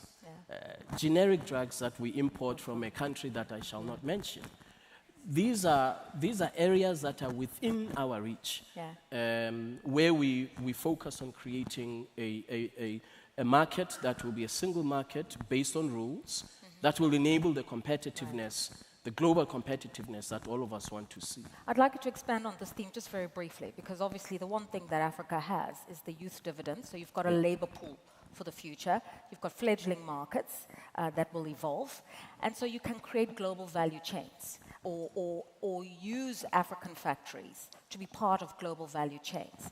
And so when we consider this idea of global Africa and we consider the relationship that we can build with CARICOM, how do we extend that network of those value chains?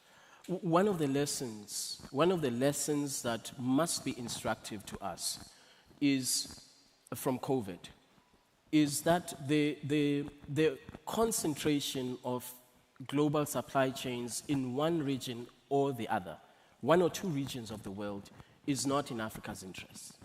We have got to create supply chains that are at the service of Africa's industrial development imperatives. Of course, without disconnecting from the global economy. And we are beginning to see that. We are seeing that in the area that I've just mentioned of pharmaceuticals. We are seeing that in manufacturing, where we are moving towards the establishment of Africa as an alternative center for supply chains development. Of course, it's not going to happen overnight. But we've got to, as the world shifts and as these competing geoeconomic and geopolitical contexts emerge, where do we position ourselves as a continent, leveraging on this market size that we have? So on the one hand, the continent has many challenges, but Africa's challenges are Africa's opportunities. Okay. And a final question to you as we wrap up. So you've got another 5 years. What will your priorities be? Because you spent so much time on the legal aspects, on the blueprinting, the crafting. Now it's time for doing. And I'm encouraged by the fact that the first consignment under AfCFTA rules left our shores about 2 months ago. So it's actually happening. So what comes next? The trading is happening. The first 4 years, as you correctly said, we had to construct the rules, which we have done.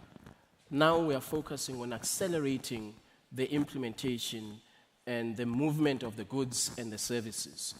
We started trading commercially meaningful trade in Ghana in October 2022. We started with 7 countries. This year in Rwanda, Kigali, there will be 38 African countries that will be trading a range of different products. Value-added production, by the way, a range of different products under the rules of the AfCFTA. So I often get asked the question, why is trading not happening? The answer I give is that trading is happening. It may not be the large volumes that we want to see. It may not be happening across a range of different products as much as we want to see, but it is happening, and we must always remember that the European Union started in 1947-48 as the European Coal and Steel Pact. It took them 72 years to be exactly where they are today. So we must expect that this will take time, it will take discipline, it will take political will, and we have all of those that are required for us to succeed. So it's an ultra marathon. Absolutely. Wamkele Mene, Secretary General of the African Continental Free Trade Area. Thank you. Thank you very much.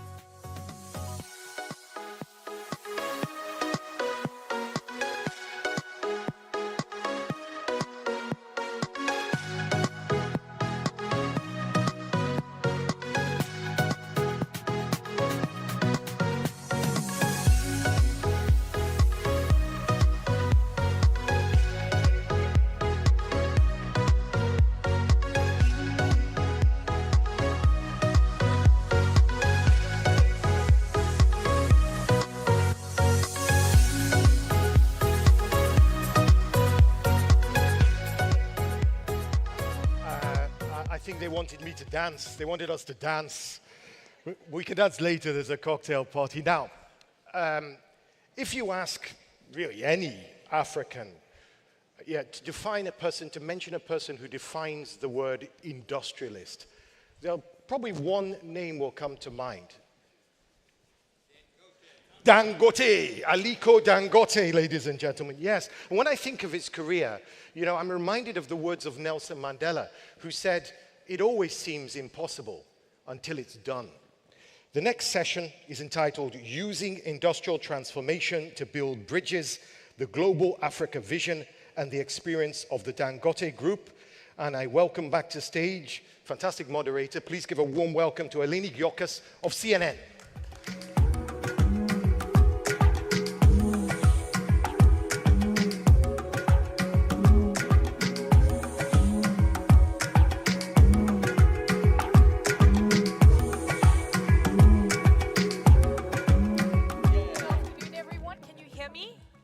Yes? I mean, I don't really need to introduce my guest because I think Mark's done a fantastic job. Alhaji Aliko Dangote, one of the most inspirational people on the continent, industrializing Africa, investing so much across various sectors and also taking big risks in his personal capacity on projects he truly believes in, creating immense transformation, not only in his home country, Nigeria, but that creating an incredible domino effect, a positive effect on the rest of the African continent. If you walk through the halls and you see Aliko Dangote, you'll see a queue of people waiting to speak to him, to share ideas with him. Who's done that already today? Show of hands. I've seen so many of you. Alhaji Aliko Dangote, please join me on stage, sir.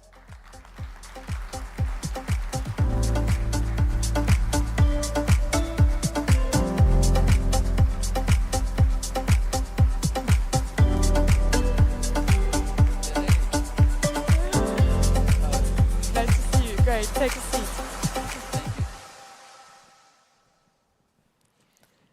Alhaji, good to see you again. Good to see you too. I know, we were in Lagos not too long ago. Yes. At your refinery. Has anyone seen the show on CNN with Alhaji? It was incredible. I have to start with this because, I was in Lagos at your refinery while it was still marshlands. And I saw it in the start of it, it was 2016. Yes. And going to it now, I just want the audience, I want everyone to understand how incredible it is and what it took for you. You had to be brave and bold. You took so many personal risks. And I don't think I think we shouldn't underestimate how much effort you and your teams put in. Looking back now, and everything you've done thus far, how do you feel?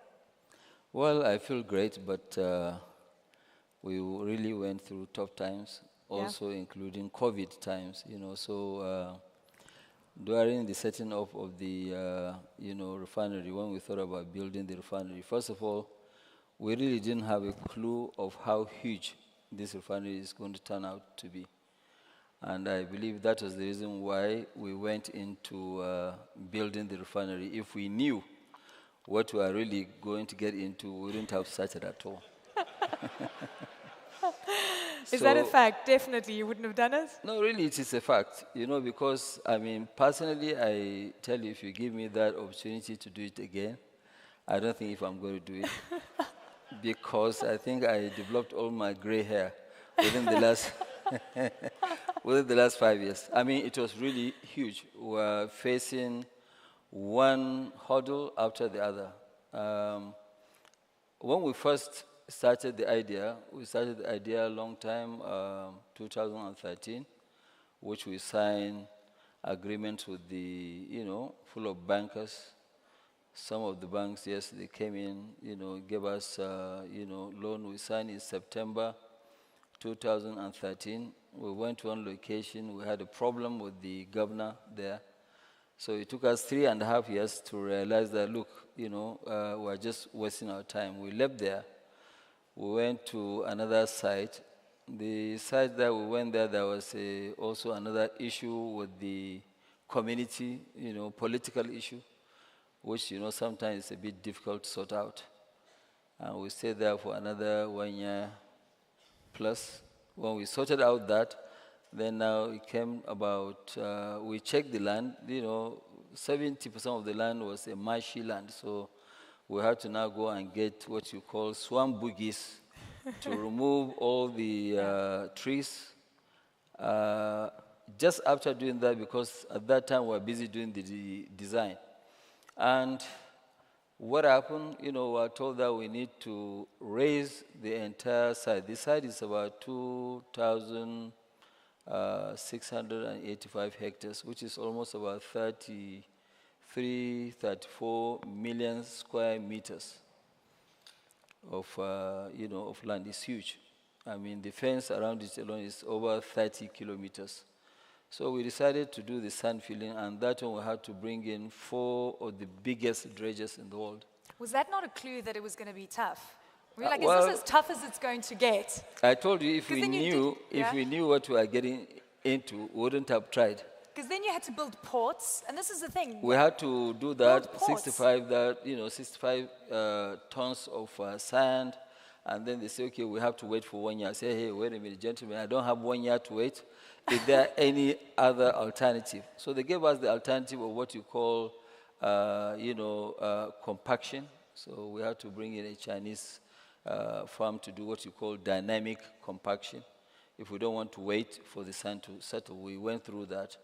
And, after that, then we realized that all these equipment that were bought, which some of them are 3,000 tons of weight per piece, we had to build a special port because all the ports in Nigeria, they were so small to be able to handle the, the equipment. So we had to build a port. So now you're going deeper into it. There's just, now you can't turn around. Yeah, after building the port, then we realized that, look, hey, wait a minute, we also cannot remove them from the port to the site. So we had to build a special road that could carry weight of up to 3,000 tons. We finished that, then we thought about, okay, fine, well, the way that we designed of getting the tankers to come and discharge the crude into that one won't work. So we had to now run 125 kilometers of pipes through the sea. Yeah. And what you have, SPM, simple point mooring, put a big capacity where in a day, the crude can discharge 2 million barrels a day each one. So we did that. And we finished that. Then we thought everything was fine. Like then, we're over the worst, right? Yes, over the worst. But then we now did what you call soil test. And in the soil test, it shows that we have the worst soil ever. Just keeps getting better. Yes, and then we have to do what you call piling. If you know, piling costs a lot of money. Yes. So we had to do 249,000 piles. That's almost 250,000 piles. I mean, we have a story building built in Lagos. It's about 18-story building, but we did only about 38 piles. So that's what we built, and then we realized that in Nigeria we didn't have the capacity for people to supply us with sand, with gravel, cement. Yes, we produce cement, so that wasn't a problem. But with these things, we have to now go and build a capacity to crush stones worth 800,000 tons per month, which now is equivalent to 10 million tons. And nobody had 10 million tons. Actually, we are the largest in the world in terms of quarry. That's incredible. Incredible. I mean, I think to your point, you had to become the engineering, procurement, and construction company of your own refinery. We did that because there was no one that could help you. Most of the EPCs, like the Bechtels and Co., none of them, they thought, first of all, to start with, that we are crazy, that, there are some crazy guys in town that, that are thinking about putting up a, refinery, and the kind of money that they are quoting, $25 billion and all this, so we said that no. So we took up the challenge, and we set up a team of 340 engineers in India. And we actually became the EPC, which means the engineering, procurement, and construction of the refinery. Every single bolt and nuts we bought. So we did everything A to Z, and it has never happened in this world. It has never happened in this world. Never. I mean, this is. And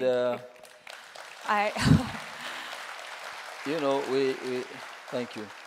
We realized that why we were so determined in doing the refinery, really, because we realized that in Africa, we have 54 countries in Africa, and the 54 countries that we have in Africa, only 2 are not importing their petroleum products, which is Algeria and Libya.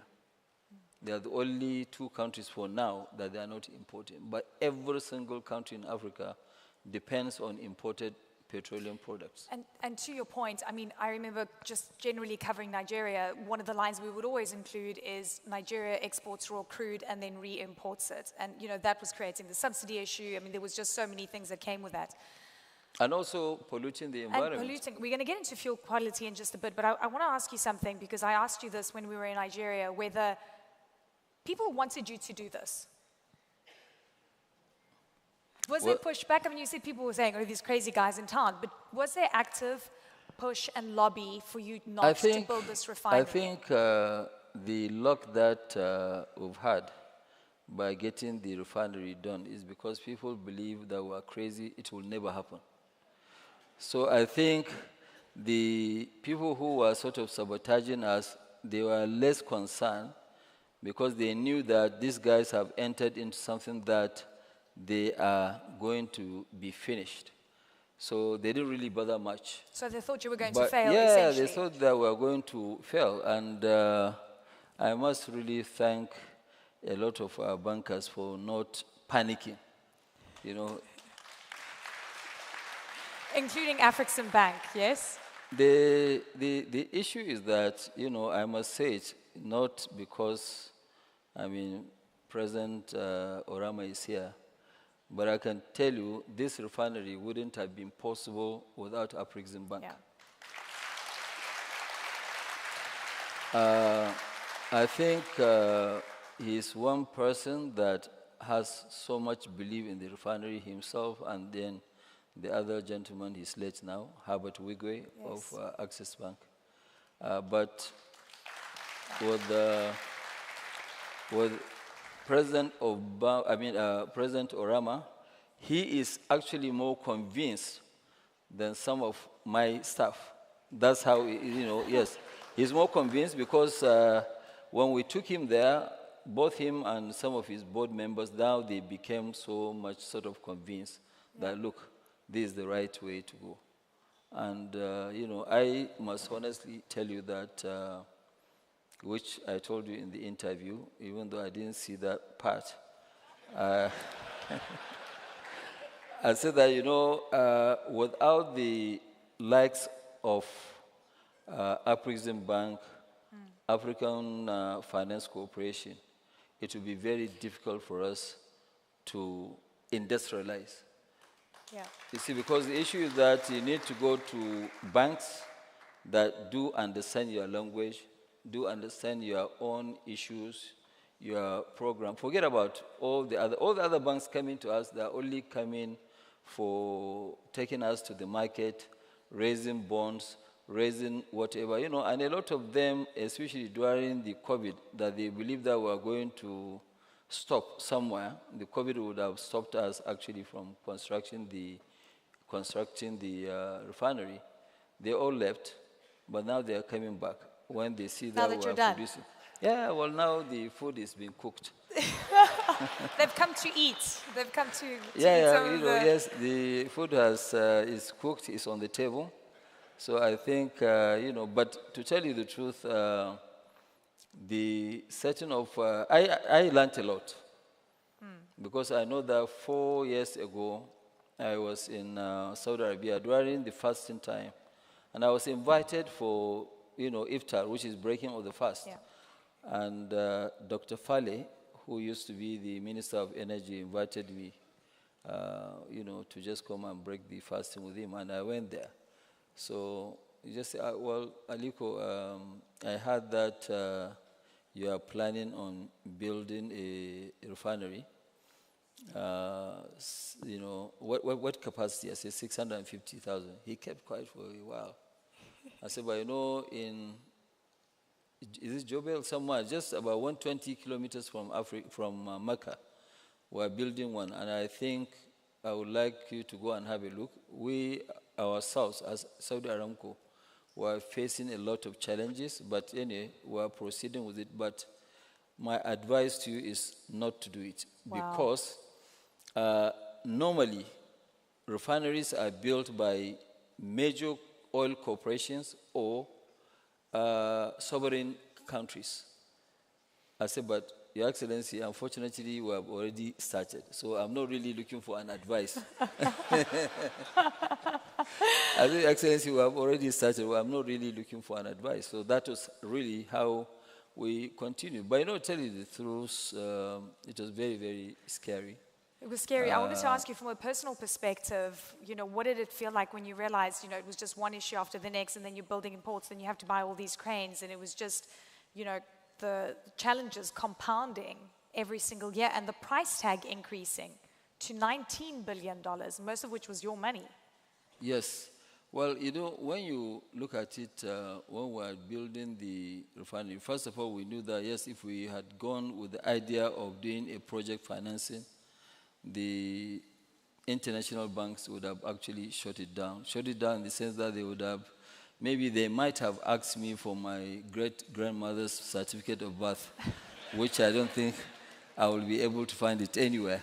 So what we did was to go in terms of borrowing the money based on our own balance sheet, and borrowing based on our own balance sheet. At that time, Naira was very strong, everything was strong, and that was how we went through. So we got the money, we borrowed the money based on our own balance sheet. How much did you borrow at the end of it all? I think we borrowed a total of about $5.5 billion. But we paid also a lot of interest as we go along, because the project was delayed because of lack of land. Also the sand filling. It took a long time, almost 6 years or so. We didn't do anything. So it was actually 5 years. It was actually in 2018 we started. We have borrowed that much. We have actually, of course, paid interest and some principal, about 2.4. So we had, well, yes, we've done very well. We now have only about 2.7 billion left to be paid. So we've done very well for a project of that magnitude. Amazing. I also want to talk practically what this means. You know, Nigeria, exporting its raw crude, and now I want to talk about how you've disrupted the value chains, the supply chains in Nigeria, and whether the local oil producers, even the IOCs, are selling their crude fully to you, and what that means for the supply chain of refined products into Nigeria, and whether there's been pushback. There's a lot of questions there, but you know where I'm going with this. Well, you know, Eleni, you know, in a system where for 35 years, people are used to counting good money, and all of a sudden they see that the days of counting that money has come to an end. You don't expect them to pray for you. Of course, you expect them, you expect them to fight back. And I think that is the process that we're now really going through. But the truth is that, yes, the country, the sub-region, and also the continent, sub-Saharan Africa, need this refinery. And I think, you know, so you expect them to fight through non-supply of crude, non-purchase of the product, but I think it's all temporary. You know, we'll get there. Did you price in the fighting back? Did you think that was going to happen? But I didn't price. Well, I knew that there would be a fight, but I didn't know that you know, the mafia in oil, they are stronger than mafia in drugs. Just to repeat that, mafia and oil are stronger than the mafia and drugs. I can tell you. Is that a fact? Yes, it's a fact. Did because you know the mafia and oil existed before you got into this? I know that, you know, yes, they existed, but not as strong as the way that I've faced them. You know, I mean, they're very strong. Is this a global mafia? Is it both? Is it local mafia? There's a local one, there's a global one, so it's all mixed up. It's all mixed up. It's a mix, and then did they try and sabotage you in any They tried all sorts. But you know, like what I told you in our interview, I told you that, you know, I'm a person that I've been fighting all my life.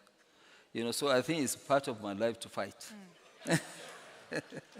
And you've won this fight, clearly. Have you won this fight? Is it over? I think eventually we won. We'll end up winning. You know why? Because the population and the government will be on our side. Because what we are doing is right. You know, there's one thing that I get concerned about when I hear things like the oil mafia or the international traders or whatever may be trying to interfere with Africa industrializing. It's not just with your oil refinery. You know, it's a lot of other industries that get pushed back there. You know, and I ask this question, I think you're the best person to ask. Does the world that is benefiting from quality raw commodities want the continent to truly industrialize, where you move industrialization into Africa? And how much pushback have you really seen on this path and journey? Well, there is quite a pushback. First of all, you have heard what Jeffrey Sachs said. What he said, you know, is that I don't believe if the West want us to progress in terms of industrialization. Industrialization is something that is the basic that we need. We need to produce what we consume. Yeah. But I don't think if there's any support coming from the West. As a matter of fact, you know, during the COVID period, some of the international banks really were looking forward to making sure that they push us into default of our loans so that the project will just be dead. And that didn't happen with the help of banks like Afreximbank. President Orama with us today. So, I mean, that's what I keep saying, that look, for us, I think we need to make sure we get together as, you know, Africans. And then also, I must thank President Orama of Afreximbank with his management in trying to bring Africa and the Caribbean to sort of work together, because that will be fantastic in terms of our growth. Well, you're here, which means... Yeah, you know, yes. I'm wondering what conversations you're having and what you're thinking about this AfriCaribbean. We produce quite a lot. Yeah. Because if you look at it now, I don't know the exact price, but I know the price in the Caribbean in terms of petroleum product is very high. So we produce it cheap. We can always bring it here. We can set up a terminal, and we'll be able to feed their needs. So what do you need to make that happen? You know, in terms of tariffs, bilateral agreements, what do you need from a policy perspective? We'll have a bilateral agreements with them, and also, you know, bringing in stuff from there is not more than 18, 20 days maximum. And then we need to set up a terminal. Once we set up a terminal, they will have a very, very cheap oil. They will have a cheap energy. And by having cheap energy, their own economies will grow faster. It sounds like you're really going to upset the oil mafia. Well, it's not only about the oil. You know, we now have a capacity of almost 52 million. By end of next year, we'll be at 62 million of cement capacity. And we are not only saying that we can import, we can bring in from Nigeria or from Africa. If they have limestone with energy here, we can also produce what can satisfy them. We've done that before in Africa, and we should be able to free them off from the shackles of other people. Brilliant.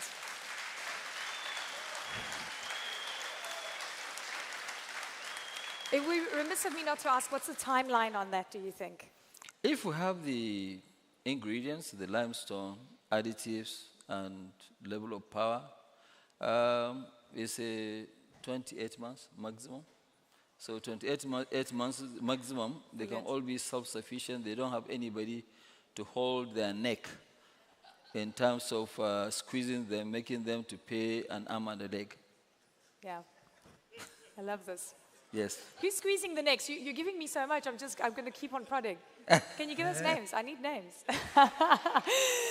Okay. But, you know, that's also, you know, like what I said, 25% of our fertilizer that we produce goes to the U.S.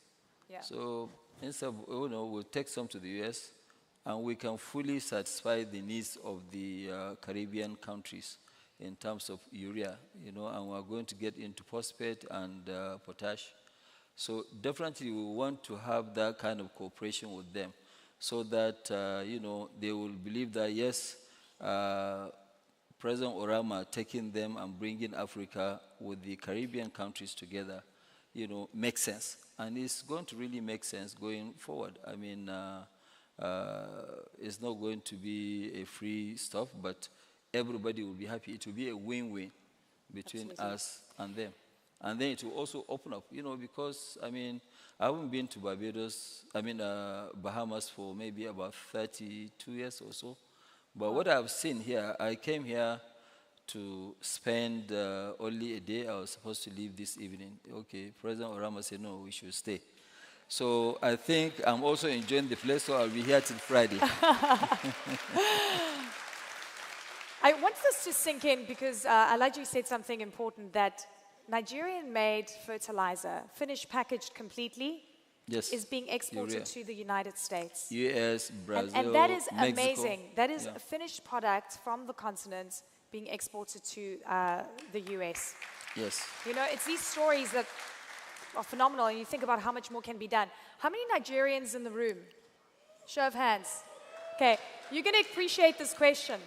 Yes. The subsidies have been removed. You know, petrol's expensive, yes? Fertilizer, yes. Yeah. Okay. There's no subsidy in fertilizer at all. No, but not in fertilizer, but I'm talking petrol now. Okay. Okay, so I want to ask, because now we know there's lots of Nigerians, and there is an important question. With your refinery, is that going to help bring down the prices at the pump for our fellow Nigerians here? The issue of gasoline is totally a different issue. That's one is being dealt up by the government. But let me give you an example. In the diesel, which is where the industries, transporters, and everybody, you know, consume. When we first started, it was at 1,700 naira, you know, and the conversion is about maybe 1,200 then. And immediately when we started, we brought down, within 2 weeks, we brought down the price to 1,000 naira, We took it to 1,200, from 1,200 to so we have given more than 60%, drop in price. But even now, with the currency back up to about 1,500, the price of diesel is still below 1,200. So there's a big improvement from 1,700 to 1,200. That's incredible. So let's play out the scenario. It's available, available. So we're not living hand to mouth anymore. And the country doesn't have strategic reserves in terms of petroleum, which is very dangerous. It is. But in our own plant now, when you came, we had only 4.78 billion liters of various, tankage capacity. But right now, we're adding another 600 million. So effectively, as we go forward, the refinery will be the strategic reserve of the country. Brilliant. In terms of petroleum products. There's something, we were talking and you wanted to talk about fuel quality in Africa. And I mean, I don't know how many of you here in the audience know that there's something called, African quality. Yes. African quality fuel. And you know what that is? Very dirty, very polluting fuel. Yes, high it is very sulfur. high sulfur, So very there? polluting, and also when you look at it, that's why especially in Nigeria, of recently in the last few years, we've been having cases of cancer. Yes. And most of these cases, cancer cases, they are to do with the bad fuel that we've been using. So I will advise even here, you should check the quality, what is being dumped in your own region, in the Caribbean. Because quality is key, is very, very important. You can see, last 2.5 weeks or so, the Belgian government banned export of anything over and above 10 ppm, because that is what they consume. What they said, okay, fine, from Antwerp, nobody is allowed to export what we don't consume domestically, which is very good. So just so you understand, it's 10 parts per million of sulfur. Yes. So what is the parts per million of sulfur in African quality fuel? We bought one in June from one of the trading companies, and it was actually 3,000. 3,000. Yes. So now you get into this business, you realize that the fuel quality is really awful coming into the continent. So just so we understand the supply chain, Nigeria exports good quality raw crude and re-imports. In fact, Nigeria's crude attracts the most premium. The most premium. So that's how good. And yet imports the dirtiest. The dirtiest, yes. I don't even know what to say on that. Well, is that regulation? Most of the other, it's not regulation, but now there's regulation, so it is, upon the regulator to enforce the regulation. And it's very important to do that. There's, again, the trading companies that are doing this, and the contradiction and the hypocrisy on climate change. And both local, international, yes. And all of that. One of the titles here that we're looking at is Global Africa and what that means. And what that means for the continent and a unified African voice on the global stage. What does that mean for you? I think it means a lot, because when you look at it, majority of Western world, when they want to do agreements, they try to do what you call divide and rule, rather than they, agreeing with either East African Union to have one single agreement. They go to the weaker countries and sign an agreement that is not favorable. And what I would like to see is for us to now have a very strong Africa, where now the intra-trade is going to be at about 65–70%. Because you see, what they have done and what they have achieved to do is to make sure that, yes, they encourage us to disagree with each other, which is not right. Because today, you are saying that, okay, fine, you want to stop. It's like what I told you last 2 weeks in Rwanda. We were sitting having a chat with the French guy, Patrick Pouyanné, yes, who ran Total. I said, Patrick, as a French citizen, he has more access to Africa than myself. So, and when you are talking about a small company, we too, by this year, with the help of our banks, will reach a stage where hopefully, our turnover, our revenue will be in the excess of $30 billion. But I need visas all over the How place. many visas do you have in your passport right now? I need about 35. 35 visas to Yes. travel across Africa as Aliko Dangote. Yes. Yes. There's no hope for us. Well, If you can't get into African countries, there's no I can hope. tell you something. We are doing something, we in the private sector, and I think we're going to challenge some of our leaders to make sure that we remove all this thing about borders, about free movement of people, free movement of goods. And Do you believe that can be done? I mean, we were listening to His Excellency Wamkele Mene before this conversation. Do you agree what he says that it's going to take time if you compare it to how long it took Europe? I think no. I really don't agree with His Excellency Wamkele because time has changed. Things now are on a very fast track. Already we have what you call the regional markets. So once the regional markets, if they work, we should make them to work. Because if you go to like ECOWAS, yes, ECOWAS is working, but maybe we have one country that's messing around here and there. But we can sit down and talk to them. The benefit of having an AFCTA. Having an AFCTA is going to help a lot of these smaller countries, whereby when they produce goods, they have market for it. I mean, like now I was telling somebody came to my house last few days, and he said, oh, you have very nice flowers. I say, yes, I'm sure they are from Kenya or Ethiopia. But the guy who normally brings them, he brings them from Antwerp. Wow. Which is wrong. So they carry all these things from Africa, take them to Europe. From Europe, now they bring them and distribute them within Africa. And there's one saying, that they always say, look, when you import things into your country, you are importing poverty, exporting jobs out. So we have to stop it. I totally agree. We've been covering these stories so much, and it just, what is it going to take? It's the border posts. I mean, there's so many things that need to happen. And of course, President Harama and his team are doing what they can, but policy needs to trail, and it needs to happen quickly. Because border posts are a disaster. I mean, it can happen, So what does it cost now? For example, you say, okay, fine, all Africans moving in Africa, they should even get visa on arrival. You have already done that to the Canadians, you've done that to the British, you've done that to the European Union and Americans. Why are we different?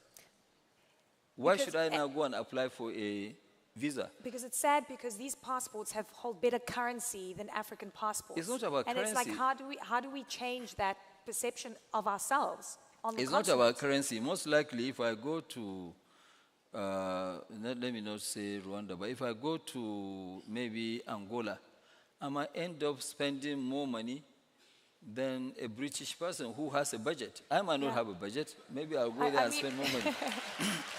Yeah, that's true. But they're asking me, and they're asking me to get a visa. He might not invest. And what I keep telling people is that, look, we as Africans, please, don't be deceived. No foreigner can come and make your continent great. Yeah. It must be the domestic investors. Domestic investment is what actually attracts foreign investment. So there are a lot of South African companies that have failed in Nigeria. You know this, right? A lot, yeah. A lot. Yes. But you've also, and I want to repeat something you said a while back. Nigeria is one of the best kept secrets. A lot of foreigners are not investing because they're waiting for the right time. There is no right time. Do you still stand by that? I still stand by that. There's no really right time. No right time. There's no right time. No right time. Because if you get there, you should do your proper investigation. You should do your research. You should talk to credible bankers. They will advise you of what to do and what not to do. So I'm sure, fine. And as we go along, I'm sure that our bankers are also going to recapitalize and make sure that, yes, to make sure that we don't need international banks because they're not going to add any value. I would like to see in the next 2-3 years, Afreximbank should double their capital. African Finance Corporation should double their capital. Once they do that, then we have real partnership to be able to make Africa great. You know, I didn't mention this. I also went to the cement plant. Yeah. Your cement plant was fantastic. I was very excited there. I have You to went say. there, yes. I did, I went. And you said that that cement plant in particular produces more cement than the whole of South Africa. That particular one That- location, yes. we produce more cement than South Africa, So, yes. so the other thing I wanted to mention is going to all your sites is that you generate your own electricity. So you don't put pressure on the grid. No, we So- don't. So when we're talking about truly industrializing the continent and people here wanting to become industrialists, you have to start becoming energy independent and efficient when you're doing this, right? You see, the issue is that, like us now, we produce about 1,500 megawatts of power for self-consumption. But if this thing is beneficial and it makes sense, there will be people who will concentrate on actually generating the power, so it will be part of your cost. There are a lot of people that are doing industrial parks, and I think also Afreximbank is involved in industrial, parks, in terms of funding. So that will help. So Yeah. it means that once you come, you are just going to plug and play. There's a plan. Okay, there's a lot of people in this room that want to have conversations with you. I know this because if you walk with Alaji, you know that everyone wants to pitch a story or an idea. And there's, I meet a lot of people going, what do you want to be? What do you want to do? I want to become like Aliko Dangote. So how do we become like you? What does it take? Spill the beans. First of all, they have to understand what they are doing. You have to understand your own business. You cannot do everything by yourself. So Yeah. you have to be very, very focused. You have to be, tough, because it's not easy. Being in business is not a child's play. So you have to have the vision, and right from the beginning, and also see how you can actually actualize your vision.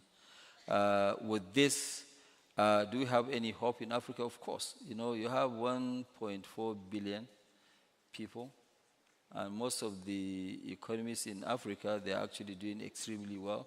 So what we need to do that is missing is actually to concentrate and pay more attention to agriculture, solid minerals. I don't like people coming to take our solid minerals to process and bring the finished product. We should try and industrialize our continent, and that will take us to the next level. So what's next? Are you taking a break after the refinery in terms of building anything We are new? not taking. for I now? told somebody we are not going to take the, any break. What we are trying to do is to make sure, at least West Africa, we want to make sure that every single steel that we use will come from Nigeria. Fantastic. Alaji, thank you so much. Thank you very It was much. such an honor to have you with me today, and always good to speak to you. Thank you so much, and I must thank President Orama, the board and management of Afreximbank for inviting me to come here. I think it's a long journey, but it is worth it. Thank you very much. Thank you very much. Thank you, Alaji. See, everyone's standing up. Thank you. It's okay. Thank you. Thank you. Thank you. Thank you.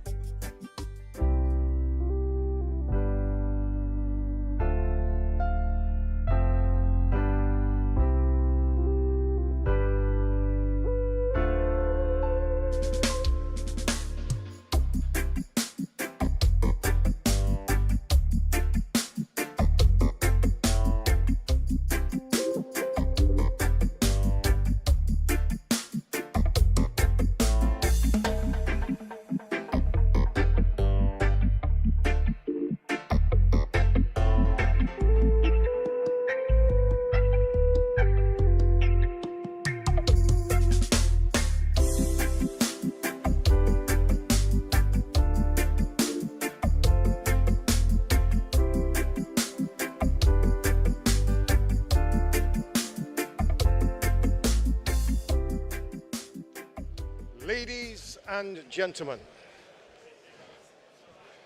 ladies and gentlemen, we're not finished yet, so if you could take your seats, we're almost finished. We have two more things, two quick things on the agenda, and then the end of day one. So the program is still live, and we're going to move on now to a deal signing. So if I could please ask you to take your seats. It's not finished yet. The program is still continuing. Now, deal number 3. And this deal is for 443 million US dollars.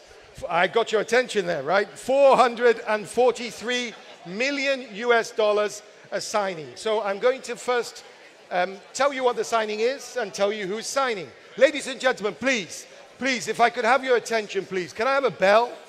Anyone? I'm competing. The gentleman there in white, I'm going to start pointing people out. Could you please sit down? The lady there over there in black, yes, sit down, it's you. This gentleman here with a red tie, you can sit down as well. No, I will. If I know your name, I'll say your name. So could everybody here at the front please take a seat?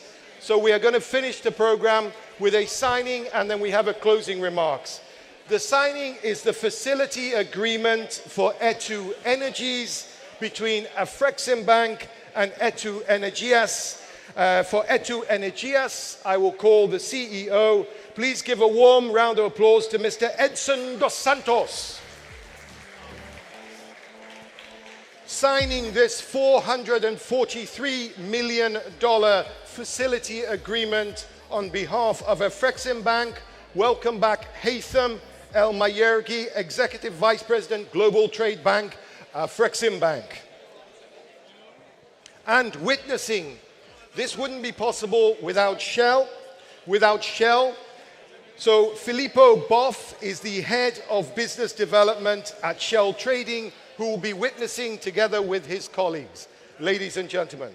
So now, do we have lawyers in the house? Yes, wonderful.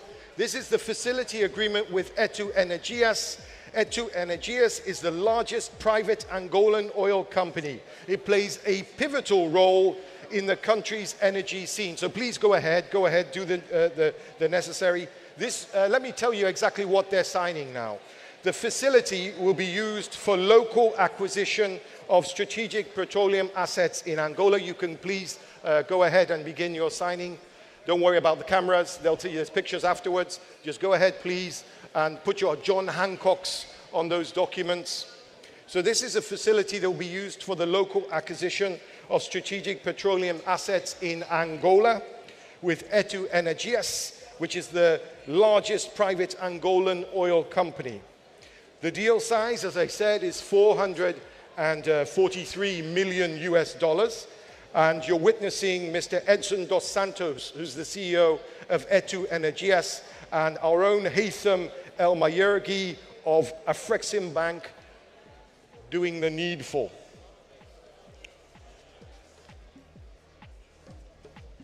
As I mentioned, this facility will be used for the local acquisition of strategic petroleum assets in Angola. The deal is done. The 443 million US dollar deal is done between Etu Energias of Angola and Afreximbank. Congratulations, gentlemen. Congratulations, everyone. Okay, I'm going to quickly move on. As we move the furniture, one last thing to do. Now,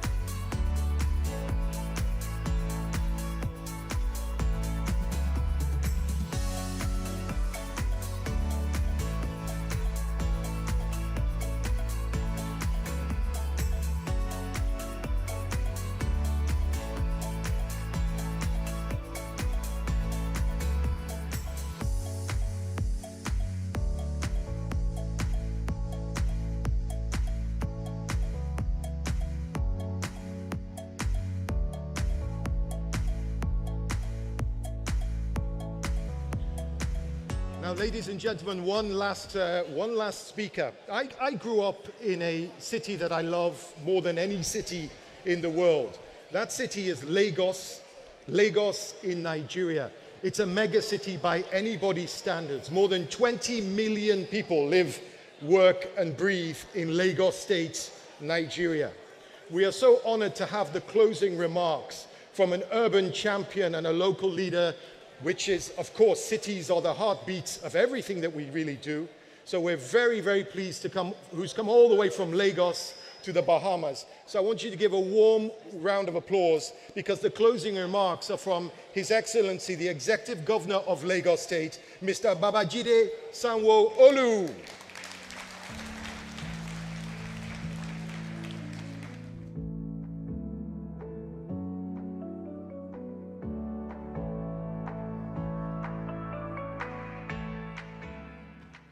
Thank you very much. Thank you very much. I know that I haven't listened to the biggest and the greatest investor in Africa, Alhaji Aliko Dangote. It's actually very difficult for a poor politician like myself to be asked to come and speak again. But you know, it's a different time. And one thing that is common between Alhaji Aliko and myself is that all of investment that we've all had to clap and do all of the great things this evening are cited in my city. And we're excited that Lagos, even with all the challenges that they had to deal with, having moved 3 locations, now finally settling in to Lagos, we've been able to demonstrate to him what ease of doing business is all about, and we're happy that that infrastructure, you know, it's a testament of what an African and Nigerian can do. So on behalf of the people of Lagos, let's give him another round of applause. Distinguished audience, I'm indeed very excited and happy this evening that you've given me an honor to give a brief remark. I'm delighted to have the opportunity to address this closing remark on the opening day of the 31st Afrexim annual meeting at the 3rd African Caribbean Trade Investment Forum. Like I said, we've just witnessed the most compelling and inspiring day of celebration and conversation. We've seen powerful cultural performance here today, and we've seen powerful insight about living and thriving in a world of polycrisis. We have also seen the highlights of a remarkable African and a Caribbean success story in the business world, including from our own very Alhaji Aliko Dangote of the Dangote Group. Alhaji modestly has transcended national boundaries in a way that many Africans have been unable to do. This makes him a pioneering force and a great and a distinguished Continental ambassador. Earlier today as well, I had the privilege of watching Alhaji Dangote on the side with some of our Caribbean leaders here, how he was able to stimulate them, how he was able to show them, you know, all of the things that he's done, and the discussions focus on ways in which we believe that we can deepen and integrate trade agenda between Africa and the Caribbean. Still earlier today, I had watched Eleni warmly conduct our session on strategies for global Africa and found the issues deliberated on the panel very interesting, thought-provoking, and very engaging. Interestingly, I found their perspective on localizing solutions to Africa problems to resonate deeply with our own views. The importance of African financial and payment systems that prioritize our local currencies cannot be overemphasized. I know that this is something Afreximbank is at the forefront of through the establishment of the Pan-African Payment and Settlement System, PAPPS. I am also aware of the ongoing advocacy by African multilateral development banks for the reform of a global financial architecture to ensure that Africa has a more prominent seat at the table and a more prominent voice in deciding on the matters that affect us the most. Also worth highlighting is the recent addition of the African Union as a 21st member of the G20 bloc. All of these are signs of progress, but they are certainly not enough, and they should not satisfy us. We must push for and work for a more fundamental reforms and a reordering of a global economic system. In all, we have seen the most exciting day one at the Afrexim 2024 annual meeting. Now I stand before you to wrap up the day by speaking on the role of subnationals in driving global African agenda, and I believe lessons from Lagos will help us here. I'm especially excited by the opportunity because the telling and amplifying the African economic narrative has largely been driven at the sovereign level.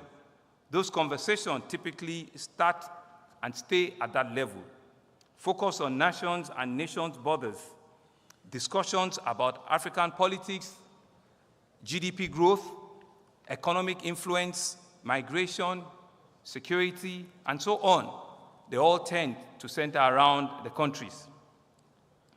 We have not seen as much effort going into examining the roles and contribution of subnational governments to development of African narratives in the 21st century era. And yet, it is at this level of cities, of states, of counties, and subnational that a lot of the most remarkable reforms and transformational agendas are taking place. And when we focus only on the national level, we miss out on a lot of trends and lessons that could be very useful in helping chart the journey to a future of sustainable prosperity and social economic transformation. Taking Lagos, for example, a unique African story shaped by an interesting mix of advantages and challenges.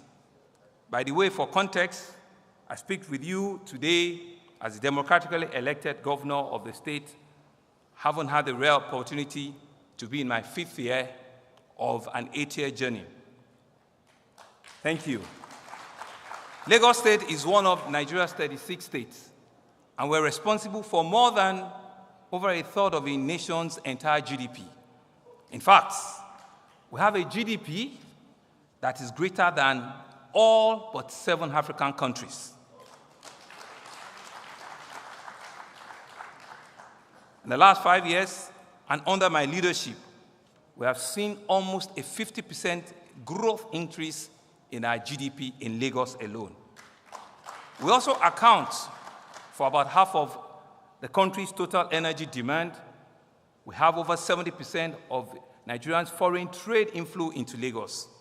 And unlike most other subnational governments in Nigeria, over 75% of our revenues are generated internally as opposed to being centrally collected from the national treasury.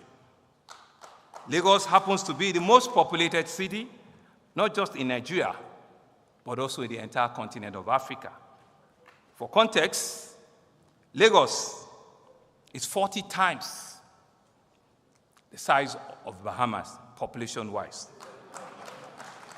However, Bahamas is 3 times the size of Lagos in terms of land mass. This, of course, makes us densely populated and highly urbanized. In all of the various challenges are huge opportunities, and strategic relevance of Lagos has to the largest country in Africa, Nigeria.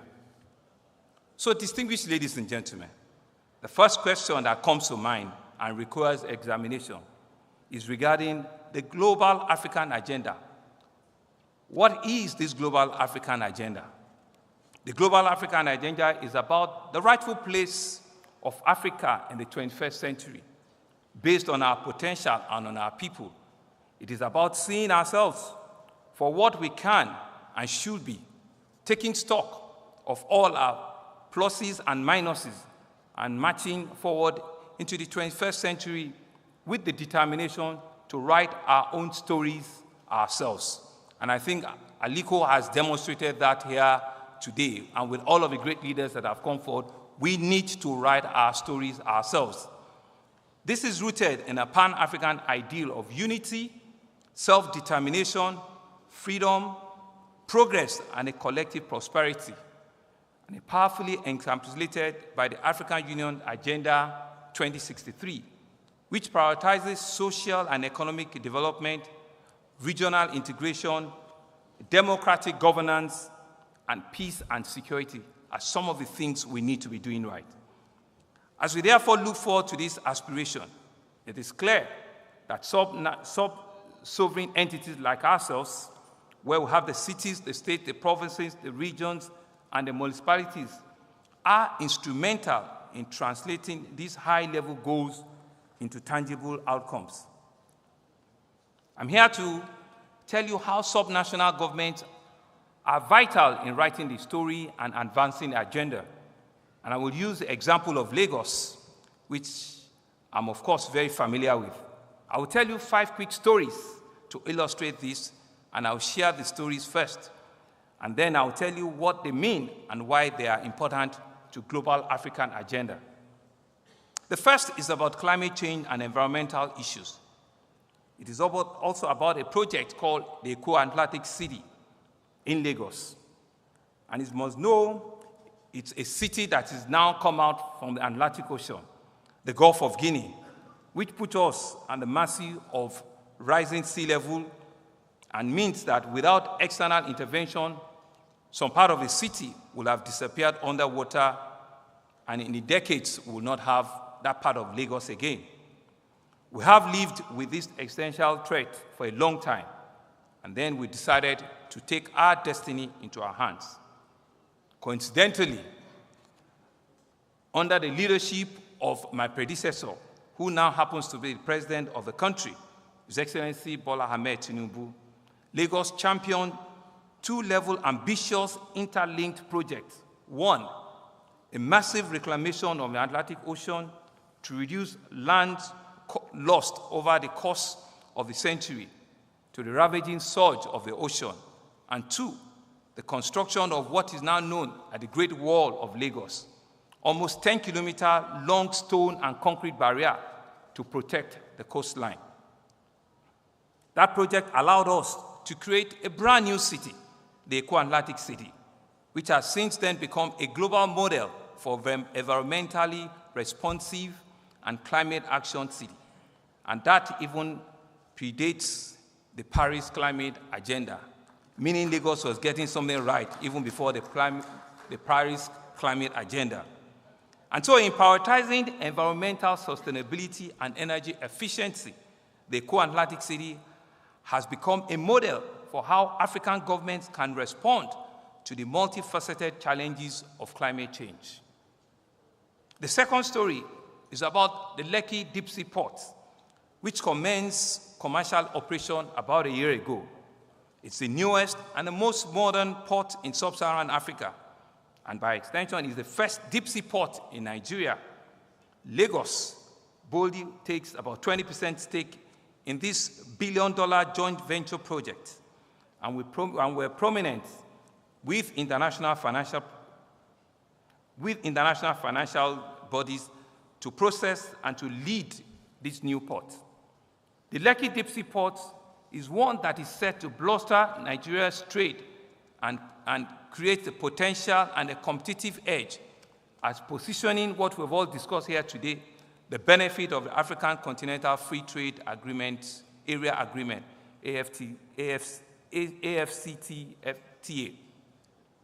I'm also proud to say that we in Lagos have indeed mastered the art and the science of public-private partnership. Having pioneered this in Lagos, we're now exporting this template to other parts of the country. The third story is about what we call the Lekki Free Trade Zone. Today, this area is one of the fastest growing industrial hubs in Africa. It's home to the largest single train refinery. It's also home to the seaport that I mentioned. The vision of this zone originated more than a decade ago, at a time when ambitious and futuristic ideas like this were not associated in Africa. Today, The zone has inspired several others across Nigeria, and it is transforming not only the Nigerian economy, but that of the West Africa in total. The fourth story is what I leave with you today. It's about a large-scale infrastructural redevelopment that we have in Lagos. I will start with the Lagos-Badagry Express Road, which is a section of a highway that runs through 5 countries. Lagos will take you all the way to Abidjan. The highway is intended to push from Nigeria to Benin, to Togo, to Ghana, and to Abidjan, and to Côte d'Ivoire. But it is such a vital connector of Lagos State to the rest of the region and a critical enabler of regional integration that we as a state decided to step up and champion the expansion of and upgraded this road to support our federal government and to nudge them into devoting more resources and attention to this corridor. Today, as I speak, much of the new 10-lane reconstructed highway are now in place, and this includes an alignment for our ongoing citywide Metro Rail project. That's another story. The Metro Rail, known officially as the Lagos Rail Mass Transit, comprises a total of 7 colored-coded lines.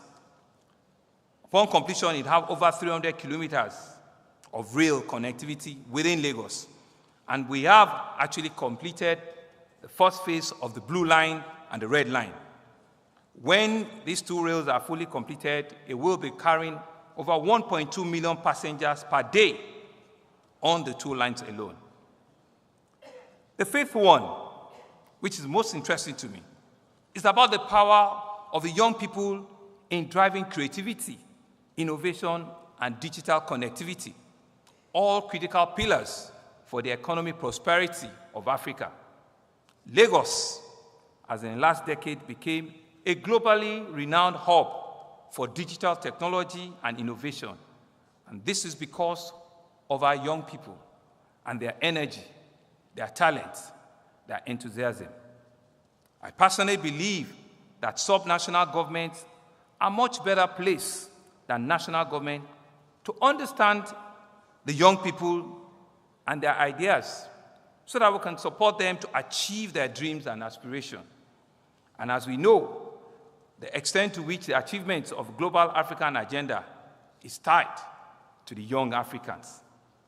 Africa is the world's youngest continent and will continue to be into the foreseeable future.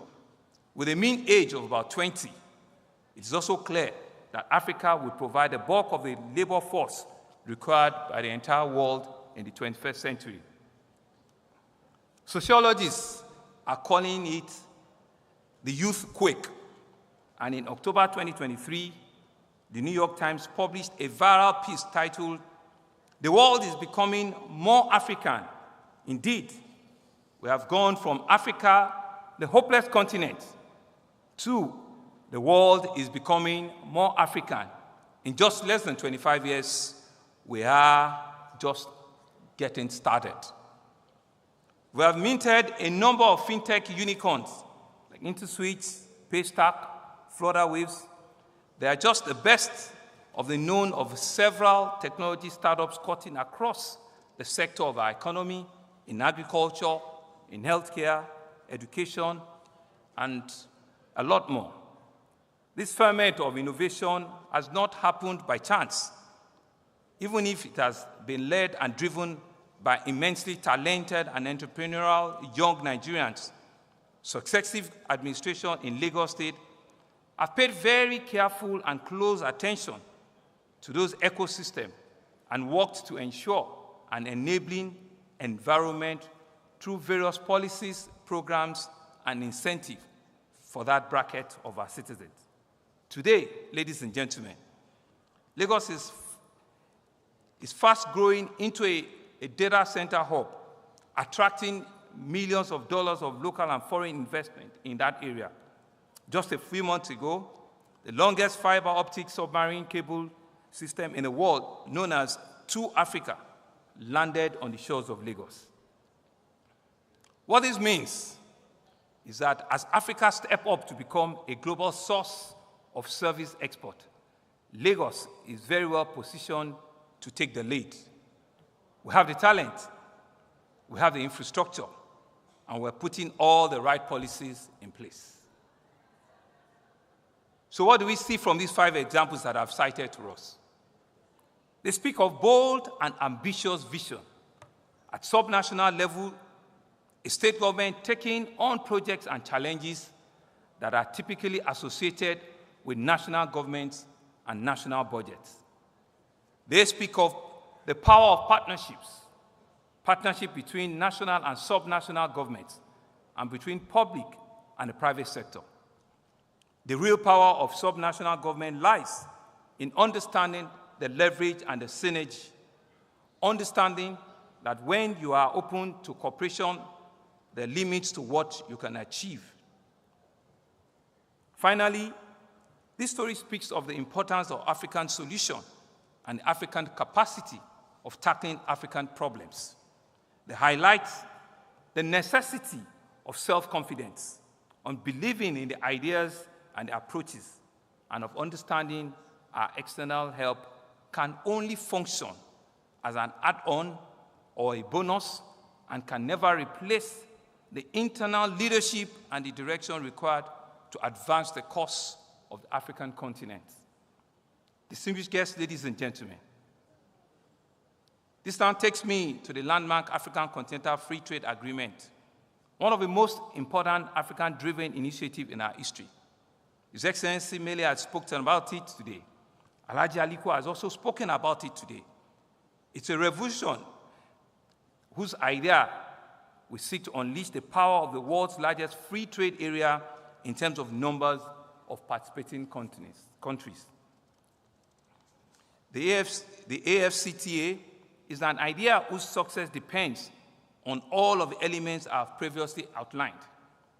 We must have modern ports, functional industrial zones, ambitious transnational highways, and endless evolution and unleashing of digital technology, of all of which will enable for an efficient flow of high-level goods and services across our borders.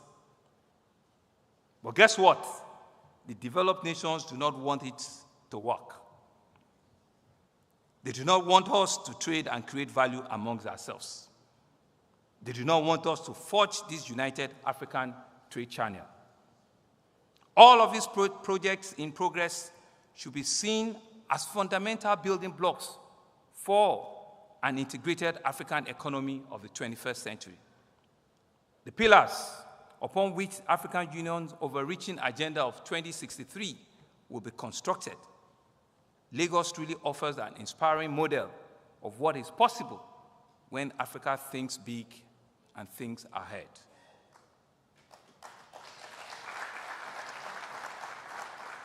In the near future, our ambition is to, in addition to what we have already accomplished, become a strong and a solid link between Africa and the Caribbean, building on long-lasting historic connection and modernizing them into a partnership that is an unstoppable global force. We already have so much in common, and if we synergize properly, there is no limit to how far we can go. And this is where Afreximbank comes in, an inspiration. They are an enabler, they are a facilitator, and they are a financier. Already, they have established themselves as an excellent facilitator of bridge building Africa and the Caribbean. Let us all applaud the courage and the drive by the current leadership of the bank. You need to double the numbers now. We've given you all the applause. The rain has started falling.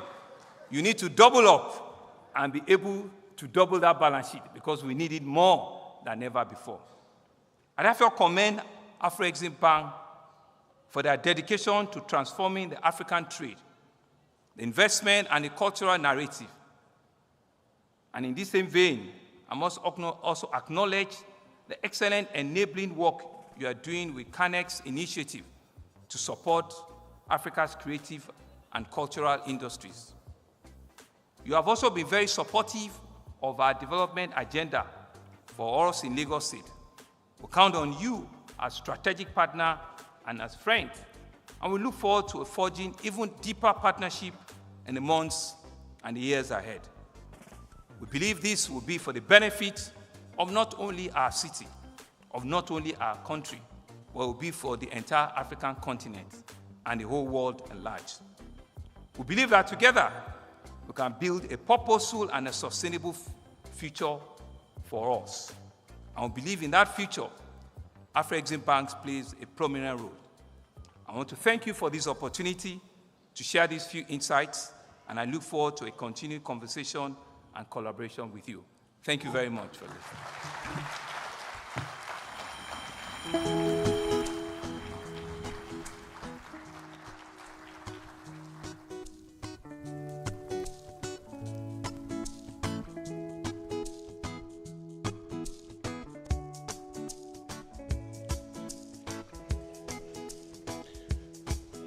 Babajide Samuel Olu, Jeffrey Sachs, Aliko Dangote, amazing speakers. Let's give all the speakers a round of applause, please. Tomorrow is going to be an amazing day. In fact, I see the Deputy Prime Minister of the Bahamas, Honorable I. Chester Cooper, here with us. The Prime Minister of Bahamas will be leading 48 heads of states, former heads of states and representatives in tomorrow's presidential opening. 48, I think that's a record for me. It's amazing. Tomorrow is an incredible day. Please be here by 9 a.m. to grab your seat. Otherwise, you might not get one, even though there are 2,500 seats in this auditorium. But right now, actually, I think you've earned a break. You know, you've earned to, if you have hair, to let your hair down, right? So, just outside, there are ushers who will take you. Don't go yet. Let me tell you where you're going. Just outside, there are ushers that will take you back to the lunch marquee where there's a cocktail reception. There is a live band, there's the Jonkanu dancers, and there's one of Nigeria's greatest DJs, DJ Kapi, who will entertain you. So without much ado, I can say until tomorrow at 9 a.m. that concludes day one of the 31st annual Afreximbank meetings and the third AfriCaribbean Trade and Investment Forum.